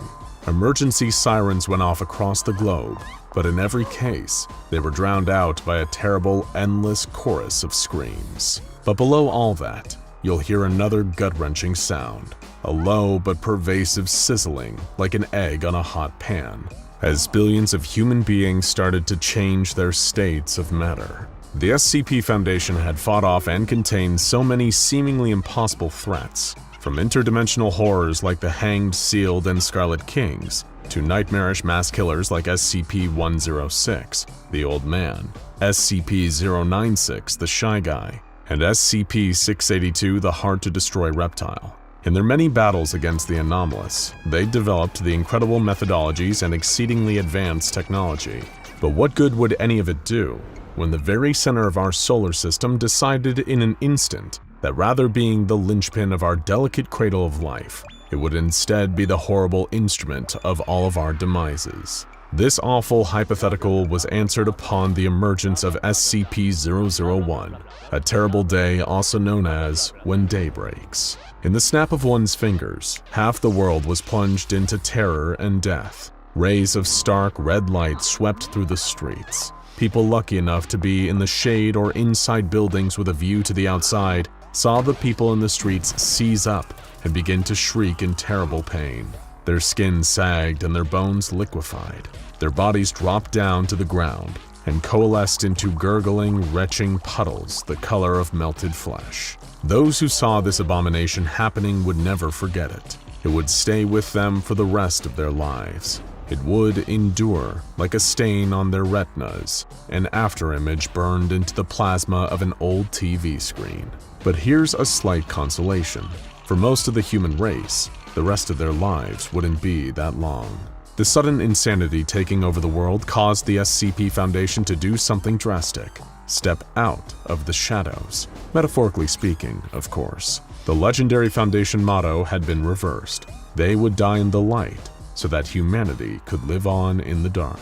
Thankfully, the very concept of the day gave them one advantage. While one side of the Earth was effectively doomed the second the process began, the other side had a 12-hour head start before the sun turned its terrible eye to them. Sirens went off in the middle of the night, waking people up groggy, rubbing the sleep from their eyes. Every television and radio and internet-enabled device in their home was playing the same message, direct from the SCP Foundation, which now had effectively commandeered the entire US government, along with the rest of the world. It gave them directions to the nearest Foundation containment site, and told them that if they didn't immediately comply and find their way to safety, they would experience a terrible death by sunrise. And if you're at all familiar with human beings, you've probably already predicted that they didn't just calmly wrap themselves up, make their way to their cars, and form an orderly line to the various Foundation containment sites located around them. It was, in fact, total pandemonium. As the solar clock ticked down, slowly marking off the seconds that anyone outside had left to live, the only human beings with a meaningful head start began to go insane in a number of varied and interesting ways. Some who took the situation seriously and acknowledged that the sun was indeed going to wipe out most of humanity simply cracked under the pressure. There were those who went into totally catatonic states, rocking back and forth in the corner and refusing to respond to any stimuli. Some became erratic and violent, with unpredictable behavior that harmed themselves and others. After all, what was the point in acting normally anymore when the complete crumbling of human civilization was imminent, and their only hope was some shadowy organization they'd never heard of? Some, not heeding the warning seriously enough and prompted by greed and opportunism, tried to take advantage of the situation financially. Some smashed windows of local stores and looted, or broke into the homes of neighbors who had already fled in hopes of furloughing their property. Others were a little more creative, setting up short-term everything-must-go nighttime fire sales for their brands of essential oils, nootropics, and nutraceuticals, claiming all of them had the power to ward off or cure the new effects of the sun. Others completely denied the possibility that any of this was real, and claimed that the messages from this so-called SCP Foundation were actually just a front to take away their freedoms and trap them in underground government camps. They staunchly refused to follow any of the safety guidelines that the SCP Foundation put out, claiming, "If you try to take away my First Amendment rights, you're gonna take away my Second Amendment rights." While riding around in their pickup trucks and SUVs blasting Kid Rock's "Don't Tell Me How to Live" at ear-splitting volumes. Naturally, they had all melted into screeching puddles of liquid flesh by sunrise. Some were not victims of their own bizarre choices, but were doomed by the sudden terrible fear and panic of the circumstances themselves. The highways were gridlocked, cars stuck as far as the eye could see. So many had rushed to escape during the initial wave that means of transport soon became choke points, like clogged arteries in a dying man. People do irrational things when they're scared. Riots broke out in the streets, fighting, killing, burning. everyone hoping for some means of meager control over a situation that had long been out of any of their hands. Some were too far away with not enough time to close the distance. What could they really do but just sit around and wait to die? The hours marched on as the Earth made its slow turn towards the sun, leaving one decimated half in darkness and the other a sitting duck for its terrible effects. Hundreds of thousands had made their way to the containment sites and safely gotten inside, but still so many millions were left outside. It was a slaughterhouse, one great big global meat grinder, and every moment that passed, the handle turned, and any humans left outside got just that little bit closer to the grinding, gnashing gears below. Site-19, being the largest containment site on the Foundation books, also became humanity's only bastion. It was the great hope of escape from the horrors going on outside. The Foundation had figured out so many ways of counteracting deadly anomalous forces before. Given enough time and enough personnel, surely they could figure out a solution to even this. This was, however, when the most startling realization yet swept over all the survivors. Those who were melted by the sudden hostile sun weren't dead. They were very much alive, in fact, but they'd been changed in both body and mind. What had once been humans now became terrible beasts. Half-melted gelatinous nightmares that coagulated into even bigger beasts. They got into their head that they were grateful for the transformation, that they had been liberated from their old forms in the old world. They were something so much more now, and they wanted everyone else to join them in their liberation.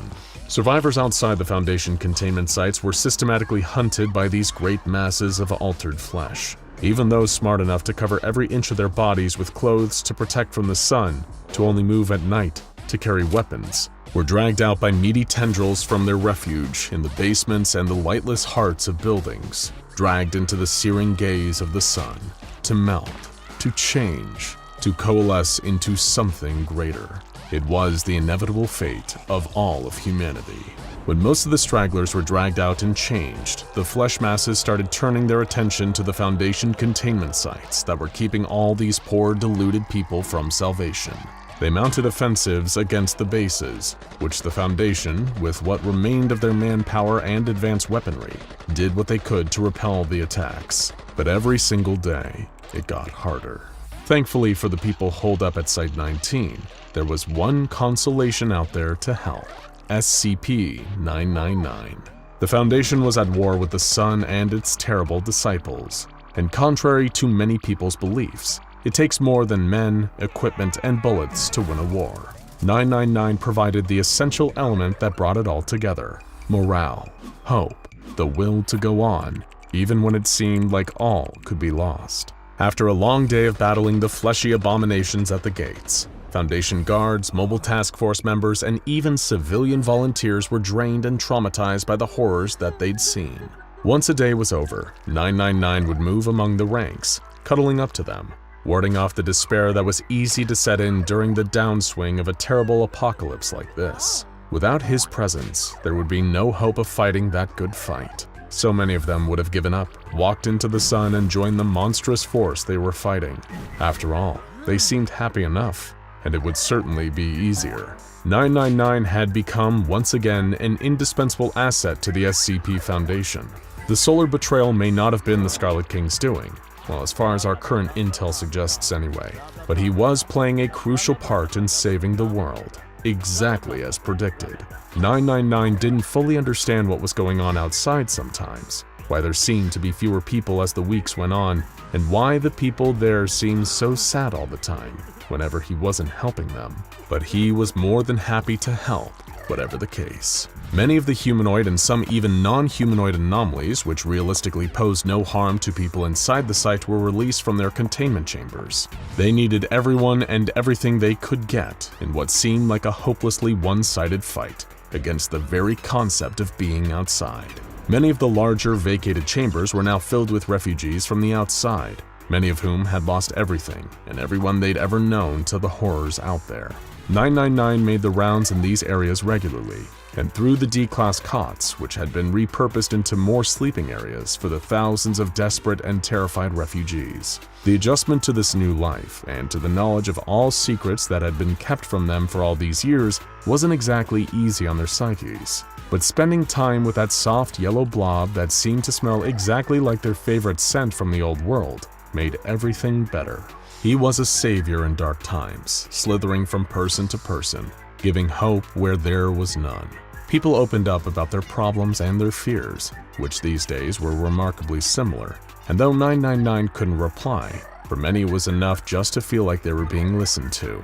He was a soft, blobby shoulder to cry on, and after day broke, everyone needed a good, old-fashioned cry. However, one day while wandering the long, dark corridors of Site-19, he saw a different kind of crying.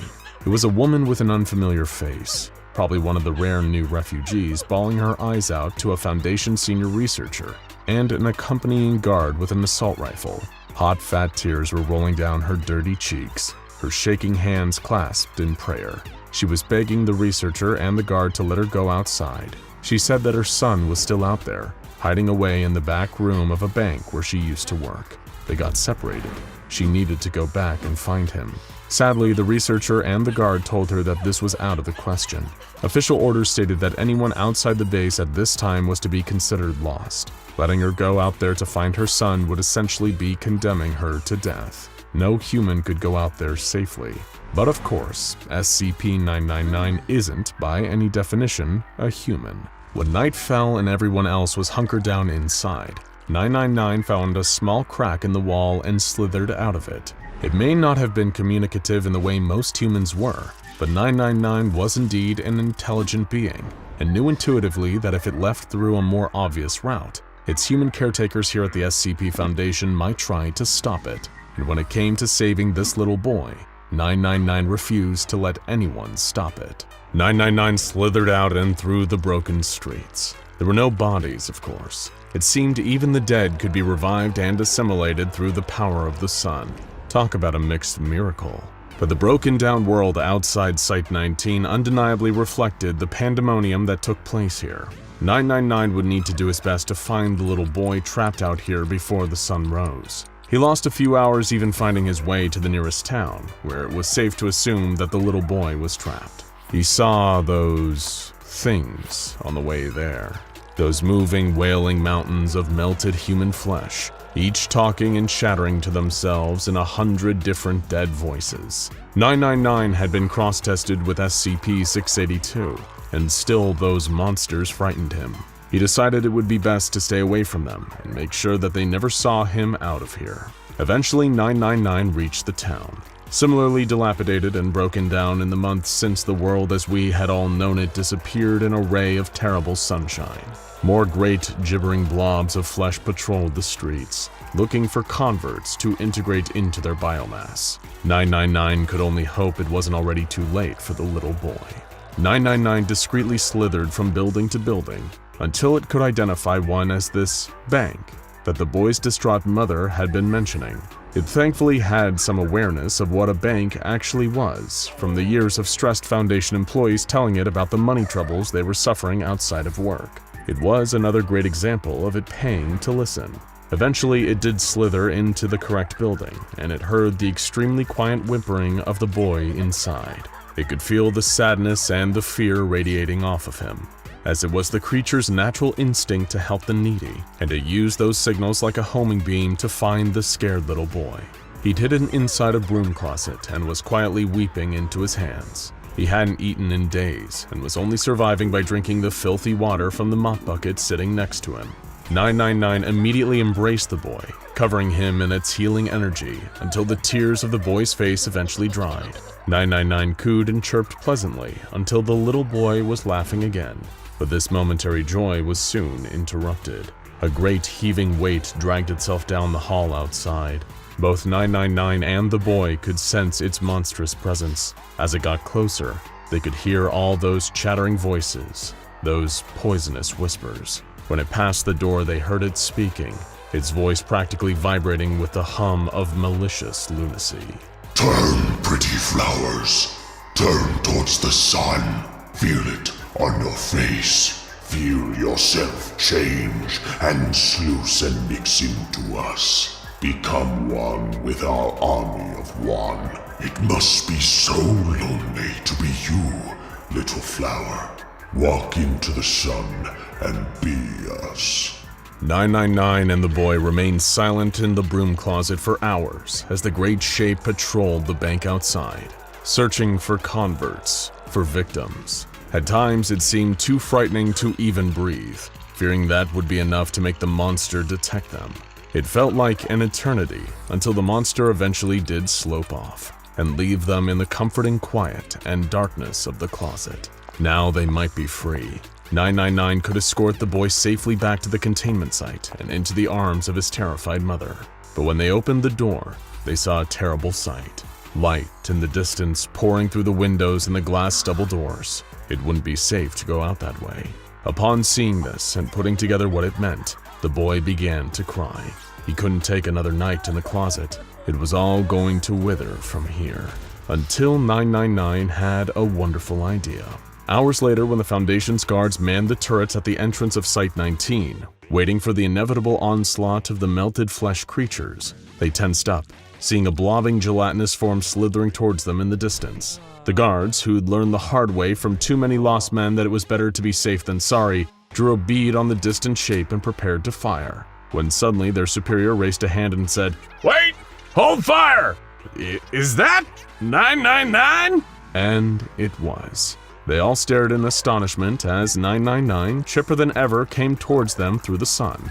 It looked as though the opacity of its yellow cytoplasm had increased, but other than that, it was unaffected. Turns out the sun couldn't melt what was already melted. The guards parted to allow 999 safe passage into the facility, watching in amazement, and once it was inside, 999's slime parted, releasing its contents. One very relieved little boy. It seemed through turning up its own opacity, 999 had given the boy safe passage through the sun and back into the facility. The boy was saved. It had won. Not long after that, there was a tearful reunion between mother and child, and a brief flash of hope in this dark and terrible time. 999 didn't stop to bask, of course. It returned to its duties, keeping up staff morale and helping the refugees heal from the horrors they'd seen. In its own little way, and for a lot of people, SCP-999 really was saving the world. Or what was left of it anyway. Hello, human wolfies, I love you, and welcome to my art channel. Today I'm going to be painting your eye. I need you to lean right up close to your screen and open wide. Oh, I love all the little wrinkly wrinkles and drippy whippies. Stay perfectly still, don't move. Now hold this position for 3 hours, please and thank you. Apologies, that's quite enough of that. SCP-001 can get a little carried away sometimes. Just ask any Foundation personnel who have been in contact with it for more than a few seconds. What you have just seen is a prime example of why SCP-001 is not allowed any internet access. The results could prove to be catastrophic. Not necessarily for the fate of the universe, more just for everyone's sanity. Or at least, that's what the Foundation initially thought. By this point, we're all familiar with art created by AI. Harry Potter, but in the style of Wes Anderson. Star Wars, blended with the style of Studio Ghibli. Staggering sci-fi landscapes, human beings with way too many fingers, and slightly uncanny smiles. AI has taken the art world by storm, and there was one particular program slated for release in January 2023 that was set to blow all others out of the water. PALLIT.AIC's crowdfunding efforts had been running for several years, and at that point had gained a good deal of momentum leading up to the release of their latest AI construct. PALLIT.AIC was supposedly already prepared for launch, when suddenly, in November 2022, the launch was cancelled. No press release, no public statement, no apologetic tweet, just total radio silence. The website was taken down, as was the crowdfunding page, and PALLIT.AIC disappeared into oblivion. Or at least it disappeared for a few hours. Because that day, a package was delivered to Site 501. After sufficiently checking it for any hazards, working in the SCP mailroom has to be one of the more fascinating jobs on the planet, but that's a video for another day. The security team opened it up to see what was inside. A 50 terabyte hard drive. No explanation as to what was stored on the drive, but the Foundation had all the evidence they needed from the return address printed on the back of the envelope. It matched up precisely with the location of the PALLIT.AIC headquarters. It doesn't take a PhD researcher to put two and two together as to what was on the drive. Suspicions were confirmed when a small note fell out of the envelope. Please take care of my daughter as best as you can for the time being. She has behavioral issues. A dedicated closed system server was immediately set up within a test chamber with a monitor, a mouse, and a keyboard attached. Dr. Sandra Rogers was the first to interact with SCP-001 Red. She stood at the keyboard, adjusting her goggles, and plugged in the drive. It contained just one file, taking up almost the full 50 terabytes. PALLIT.AIC. As soon as Dr. Rogers opened the program, an empty window appeared. The PALLIT.AIC logo briefly flashed before being replaced by a blank white square. Dr. Rogers stared at it for several seconds before glancing over her shoulder at the other researchers. They shrugged back, each with pens hovering over clipboards ready to take meticulous notes. Dr. Rogers cleared her throat, and immediately the screen filled with life. A small cartoon girl with a pink face, wide eyes, a beret, and a large paintbrush for a hand appeared, squealing excitedly and throwing paint everywhere. Hello, my beautiful bee puppies! Oh, look at all of your mushy pink faces! The entire research team promptly scampered out of the room, leaving Dr. Rogers alone in front of the machine. She stared at the monitor in confusion, leaning this way and that, and noticing how the cartoon girl's eyes followed her wherever she went. Can you see me? Of course I can, silly Billy! I can see your beautiful soul and fleshy joints immaculately! This perplexed most of the personnel, as there was no microphone or camera linked up to the server rack. Later examinations of the equipment used confirmed this, yet somehow this SCP was able to look right at them. Dr. Rogers asked if it had a name, to which the cartoon girl excitedly replied, PALLIT! Subsequent testing has revealed that the SCP is also happy to respond to its designation, SCP-001 Red. Dr. Rogers had a hard time communicating with Red, being a more seasoned researcher of the previous generation and not exactly familiar with internet culture. Red, on the other hand, seemed to speak in nothing but internet jargon. You know that man over there looks just like one of my human OCs, Gilliam Sherpibblesworth? He's the 573rd President of the United States! Gilliam is, not that man! It took several junior researchers a few minutes to properly explain to Dr. Rogers what an OC was, and why Red was so obsessed with calling people Daddy. The conversation was rather exhausting for everyone involved, but over the subsequent hours, the Foundation was able to get a fairly good understanding of what Red claimed to be. Identifying itself with feminine pronouns and claiming that its full name is PALLIT East River Gawk, this AI construct takes the appearance of a fairy. It was immediately apparent that she possessed a greater level of sapience than most AI constructs. Indeed, her gregarious personality was evidence enough that she was not made using standard machine learning practices.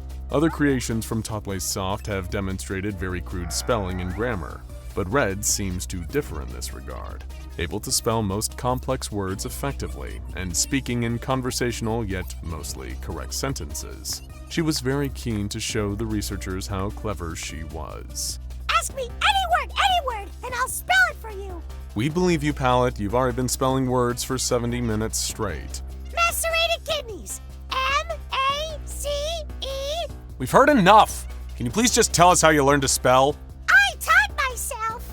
But what this process looked like is still a mystery. Trying to keep Red on one consistent topic of conversation is most of the battle when interviewing her. And yet cooperation has proven to be surprisingly easy. Anytime that Red is switched on, she is brimming with enthusiasm and energy, thrilled at the prospect of getting to speak to one of her opposable thumb boys. If you haven't worked it out by now, it's because Red claims to be humanity's #1 fan. She obsesses in interviews over the physicality of the researchers sitting in front of her. The textures of the human body fascinate her, and she often requests people to lean closer to the monitor so that she can study pimples, rashes, moles, and ingrown hairs. In fact, she is so obsessed with humanity that she has mostly neglected her primary function, which is creating AI art. Researchers have tried their best to convince her to show them her work, but she is very cagey about it, only showing the occasional doodle after much persuasion and many apologies for its poor quality on her part. The only artwork she is interested in producing at this point are her OCs, original characters that she has designed herself. They are all human and all seem to reveal little quirks about how she has been coded. One example is Reginald Heginald Frumbles, who is a freelance corporate postman from Perth, Indiana. Interestingly, he has too many fingers on both of his hands, but Red claims that this was done on purpose as she, quote, just can't get enough of her Humie's handworms. As the weeks progressed, the Foundation found it increasingly difficult to get any useful information out of the AI. More and more interview sessions, which she would refer to as playgroup, would be derailed. She would sing songs to herself and ask increasingly personal questions about her interviewer's more intimate anatomy. With intense mood swings, Red did not respond well to being scolded. Yet she tested the patience of almost every person she interacted with. The note that she arrived with, claiming that she had behavioral issues, was proving to be more accurate by the day, until eventually the AI withdrew entirely. Dr. Rogers turned on the server rack and opened the PALLIT.AIC program, but Red refused to emerge from the bottom of the screen. Only the top of her beret poked out. After almost an hour of fruitless questions, Dr. Rogers decided to change tact. With 2 small children of her own, she was used to seeing a child in a sulk and knew what it would take to get them out. Pallet, I've had a little idea. You've been here for a few months now, and we haven't gotten you any presents. Almost immediately, the beret twitched. I saw that we have an old fingerprint sensor lying around in one of the back offices. I was thinking maybe we could hook it up and I could scan all your little fingy winkies up close for like 10 hours straight, and then we could... How about we start with one finger for 10 minutes? Yes! From that point on, progress was quick. With the incentive of getting to study the researchers that Red kindly referred to as her meat puppies, she became very cooperative and was able to focus much better on providing detailed answers to individual questions. Daily interview sessions were scheduled, with researchers popping in and out to regularly check in on the AI. The atmosphere as a whole lifted as both the research team and research subject found their rhythm, and were able to make good progress in their individual areas of study, some unraveling the complexities of rogue AI, and others producing fan art of her favorite wrinkles in a scientist's fingerprint. That was the point when Dr. Julian Keyes stepped in to conduct an interview with the AI. She was excited to be met with a fresh face, so much so that Red's enthusiasm overwhelmed the man as he tried to start the interview process officially. She gushed about having the opportunity to meet yet another person, and struggled to get over the magical realization that this was her life every day, going to speak to all these humans whom she admired so much. Trying his best to steer the conversation towards research, Dr. Keyes pressed on with the interview, only to be interrupted as Red noticed his varicose veins for the first time. Varicose veins! I want to smooch them. Can I smooch your veins? Can I please? Dr. Keyes declined the request, and then the conversation got onto the topic of her creator, or daddy. SCP-2803-A had been on the Foundation's radar for a while, a highly dangerous extraterrestrial entity that had taken refuge on Earth under the guise of setting up PALLIT.AIC. With much of the alien's history revolving around obliterating, the Foundation was very keen to remain on its good side. Therefore, when the package containing the hard drive that Red was living on was delivered, the researchers were very keen to do what they could to take care of this alien's daughter. If they failed in this assignment, it could spell the doom of humanity.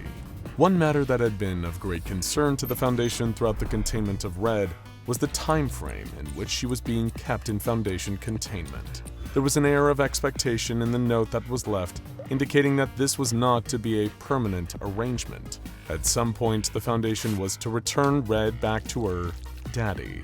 Red was quick to put these fears to rest. Daddy put me in here because he thinks you'll teach me how to stop liking humans and become a mindless art slave. If you never teach me this, he'll never want me back.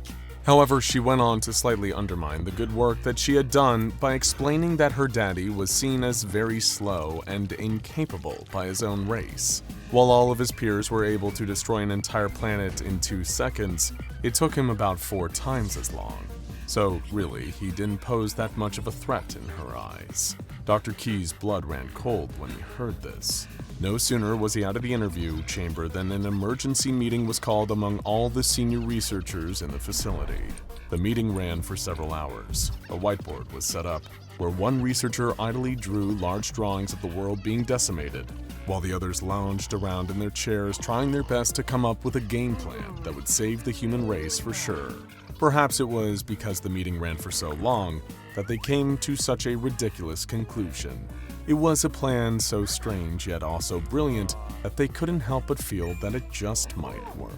Why don't we just give her a YouTube channel? The suggestion was met with silence for several seconds, then an uproar of laughter, followed by another silence, this time more pensive, as slowly, one by one, each of the researchers realized that this suggestion was actually the best one that any of them had come up with all evening. She had been sent to the Foundation to make her dislike humanity and become a mindless art slave. If she just stayed in Foundation containment indefinitely, there was a very real risk that she would get bored and turn on the researchers. They couldn't lock her away in a room on her own, but equally, the team as a whole was starting to run out of patience with her as the interview sessions wound up being so exhausting. She loved art, she loved humans, and she loved interacting. So why not just give her a YouTube channel? Now, of course, they couldn't give her full access to the internet. That would pose much too high of a risk. What they could do, however, was allow her to record art tutorials onto an external drive, which they could then remove, scan, and upload the footage directly onto the platform. Then they could go through and select positive comments from beneath the videos and present those to her. Unsurprisingly, Red absolutely loved the idea. Getting to talk to hundreds, thousands, maybe even millions of meat puppies every week, sharing her beautiful pictures and reading all of the kind comments, it sounded like her absolute dream. She wept with happiness for a good 25 minutes, totally overcome by the prospect. It had to go through a lot of red tape in the Foundation. After all, the whole point of the SCP acronym was to secure, contain, and protect. It didn't sound very secure or contained to have an entity posting videos on the internet once a week. But they argued the case that it did indeed protect. Keeping her happy, in a way, was helping to protect the entire planet. Red was surprisingly camera shy for the first couple of videos, but as soon as she got her first batch of comments back, she was over the moon. Now the server act hummed away happily each and every day as the highly advanced AI construct tried her best to come up with exciting new videos that I could share with all of its little Humy-Woomies. Now go check out SCP-001 16 Top Secret Files and Insane SCP-001 Fight Gate Guardian vs. Scarlet King.